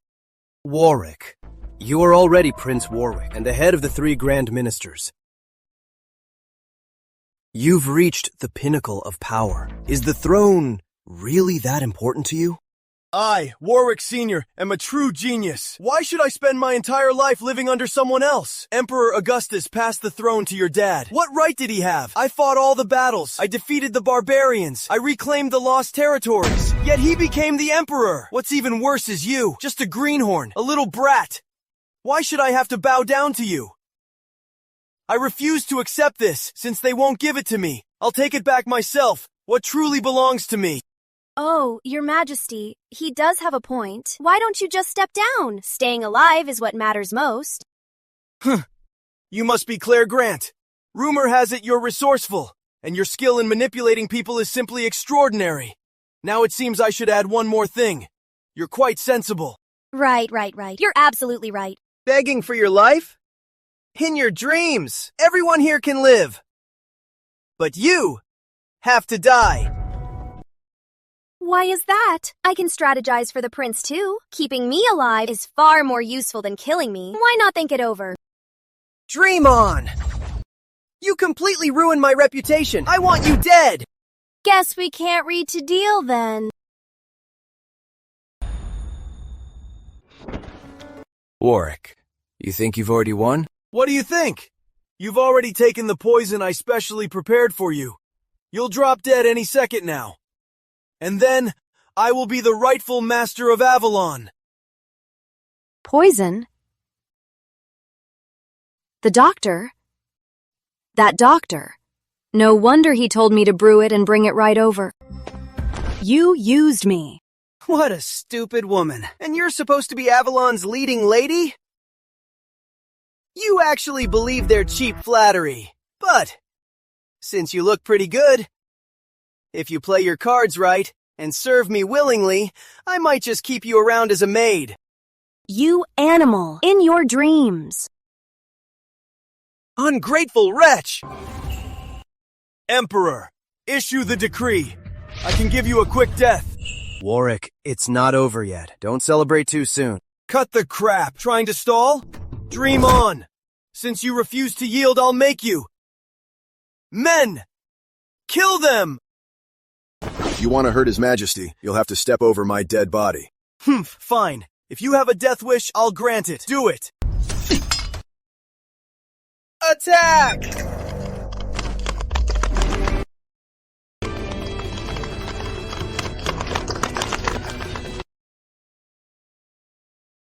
What? What's going on? What's happening? That's just the gift we prepared for you.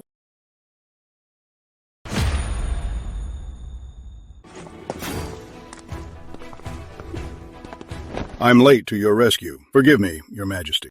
You're not late. You're just in time.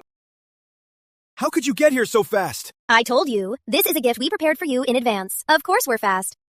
This is a trap! But it's useless. You're already poisoned. No one can cure it. Oh, You mean that? I'm so sorry, but that stuff was awful. His Majesty spat it out. How is that possible? How could this be? Why is it impossible? Your little tricks? My granddaughter saw right through them. You're saying Prince Warwick is rebelling? And with poison? Exactly. I received news earlier of the Golden Guard's unusual movements, so I sent people to keep a close eye on the actions of Warwick and his son. My spies saw it with their own eyes. Warwick Jr. bribed Dr. Zimmerman to replace the normal herbs with poison, using Lady Julia's hands to poison your Majesty. Your Majesty, this is urgent. We must call the troops now. Since Warwick Sr. has decided to strike, he must be fully prepared. I'm afraid our men can't leave the royal garden now. Don't worry, Your Majesty. Grandpa and I have already secretly set up an ambush. If you just play along. Once that old bastard walks right into our trap, we can close the net. A setup. This was all a setup to lure me in and kill me. You got it. Who knew the prince would play along so well? Otherwise, we really couldn't be sure to take you down. With so many princes out there, if we didn't have a good reason to strike, it would surely cause a rebellion. I really have to thank you, old man, for delivering the excuse right to our door. It was you! The Emperor isn't this calculating. You orchestrated all of this, didn't you? Yours truly. It was all me. Claire, I'll kill you! And you want to be the crown prince? You really are incredibly stupid. Don't be so smug, Claire. I have the Imperial Pardon Token from the late Emperor. It spares me from death. You can't kill me, or else the Empire will fall into chaos, and the people will rise up against you. Oh, Imperial Pardon Token. Sounds so impressive. Grandfather, bring out the heirloom. Bring out the blade.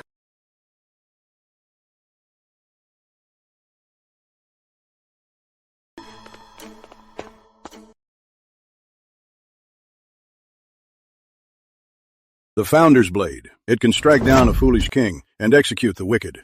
And now, it's time for it to taste blood. Your Majesty, I dare not speak nonsense about royal matters. I wonder, who has higher authority? The Founder or the late Emperor? The Founder is the greatest ancestor, the creator of Avalon. All emperors after him must naturally revere the Founder. Old man. Hear that? Do you think this blade, striking your Imperial Pardon Token, is your little token tough enough? Can it withstand the blow? You breaking my spirit! I refuse! Calm down. Even though we have the Founder's blade, we won't kill you. Really? You won't kill us? If you just spare me, I'll retire and go home and stay out of politics. Claire, treason is already a capital offense. How can we just let him off? Your Majesty, do you remember my first time at court? The example I gave about saying, "We meet again" to your enemies? We meet again? I think I get it now. You learn fast. Claire. What are you talking about? I don't get it at all. I suggest putting Warwick and his son into the royal dungeon. They've been building their network for years. They must have many cronies out there. They will definitely try everything to save them. And we will just wait for them to come to us. We'll kill them one by one until Warwick's faction is completely wiped out. Bitch! You're so ruthless! You gotta be ruthless to survive. If I weren't so vicious, the one dying today would be me, wouldn't it? You! Please head to the royal dungeon, Prince Warwick, and make your final contribution to the enduring legacy of Avalon. That's right. Once the realm is finally at peace, I, the king, will surely credit you for your great service. And then what? After you're done using me, what will you do to me? Will you lock me in the royal dungeon forever? You're wrong, Prince. The prisoners in the dungeon still need to eat, right?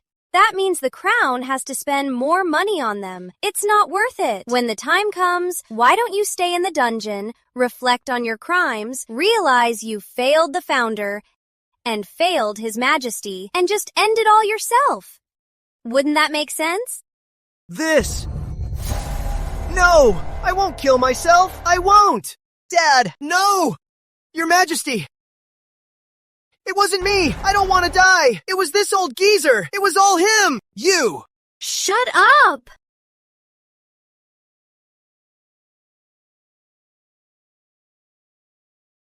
Escort Prince Warwick to the dungeon. Prince Warwick, will you go with dignity, or should we help you? I fought my whole life.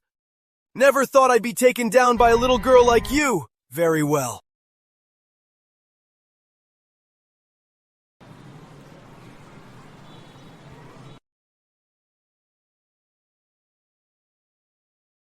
Trying to drink and dash here? You must have a death wish.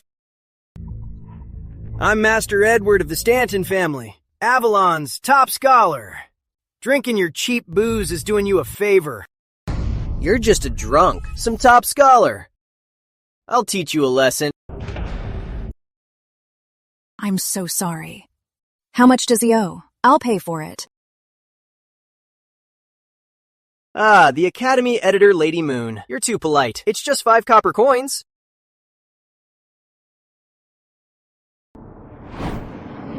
Get lost, you bitch! You useless trash! From a royal secretary to a lowly Academy editor. What a disgrace. You ruined the Stanton family's name. Edward Stanton. Your father colluded with Prince Warwick. He'll be executed this autumn. The Stanton family is ruined. You are no longer young Master Edward. It's because you're a loser. You couldn't beat that bitch Claire. Oh, Claire. I regret everything. We were childhood sweethearts. In your dreams. Now you're just a pathetic loser. Claire wouldn't even spare you a glance. My life is ruined, and so is yours. What did you say? Ah, you bitch! I'll strangle you! You loser. Miss, they look pretty miserable. Yeah, they are. Poor things. I have a kind heart. I can't bear to see people suffer. Miss, don't tell me you want to help them. Help? Why would I help? I can't bear to see people suffer, so I just won't look at them. Get someone to kick them out of Avalon, and never let them return. Miss, that's so you. When it comes to being wicked, you never disappoint. Are you asking for a smack? Let's go home. Today is the day I become a big sister.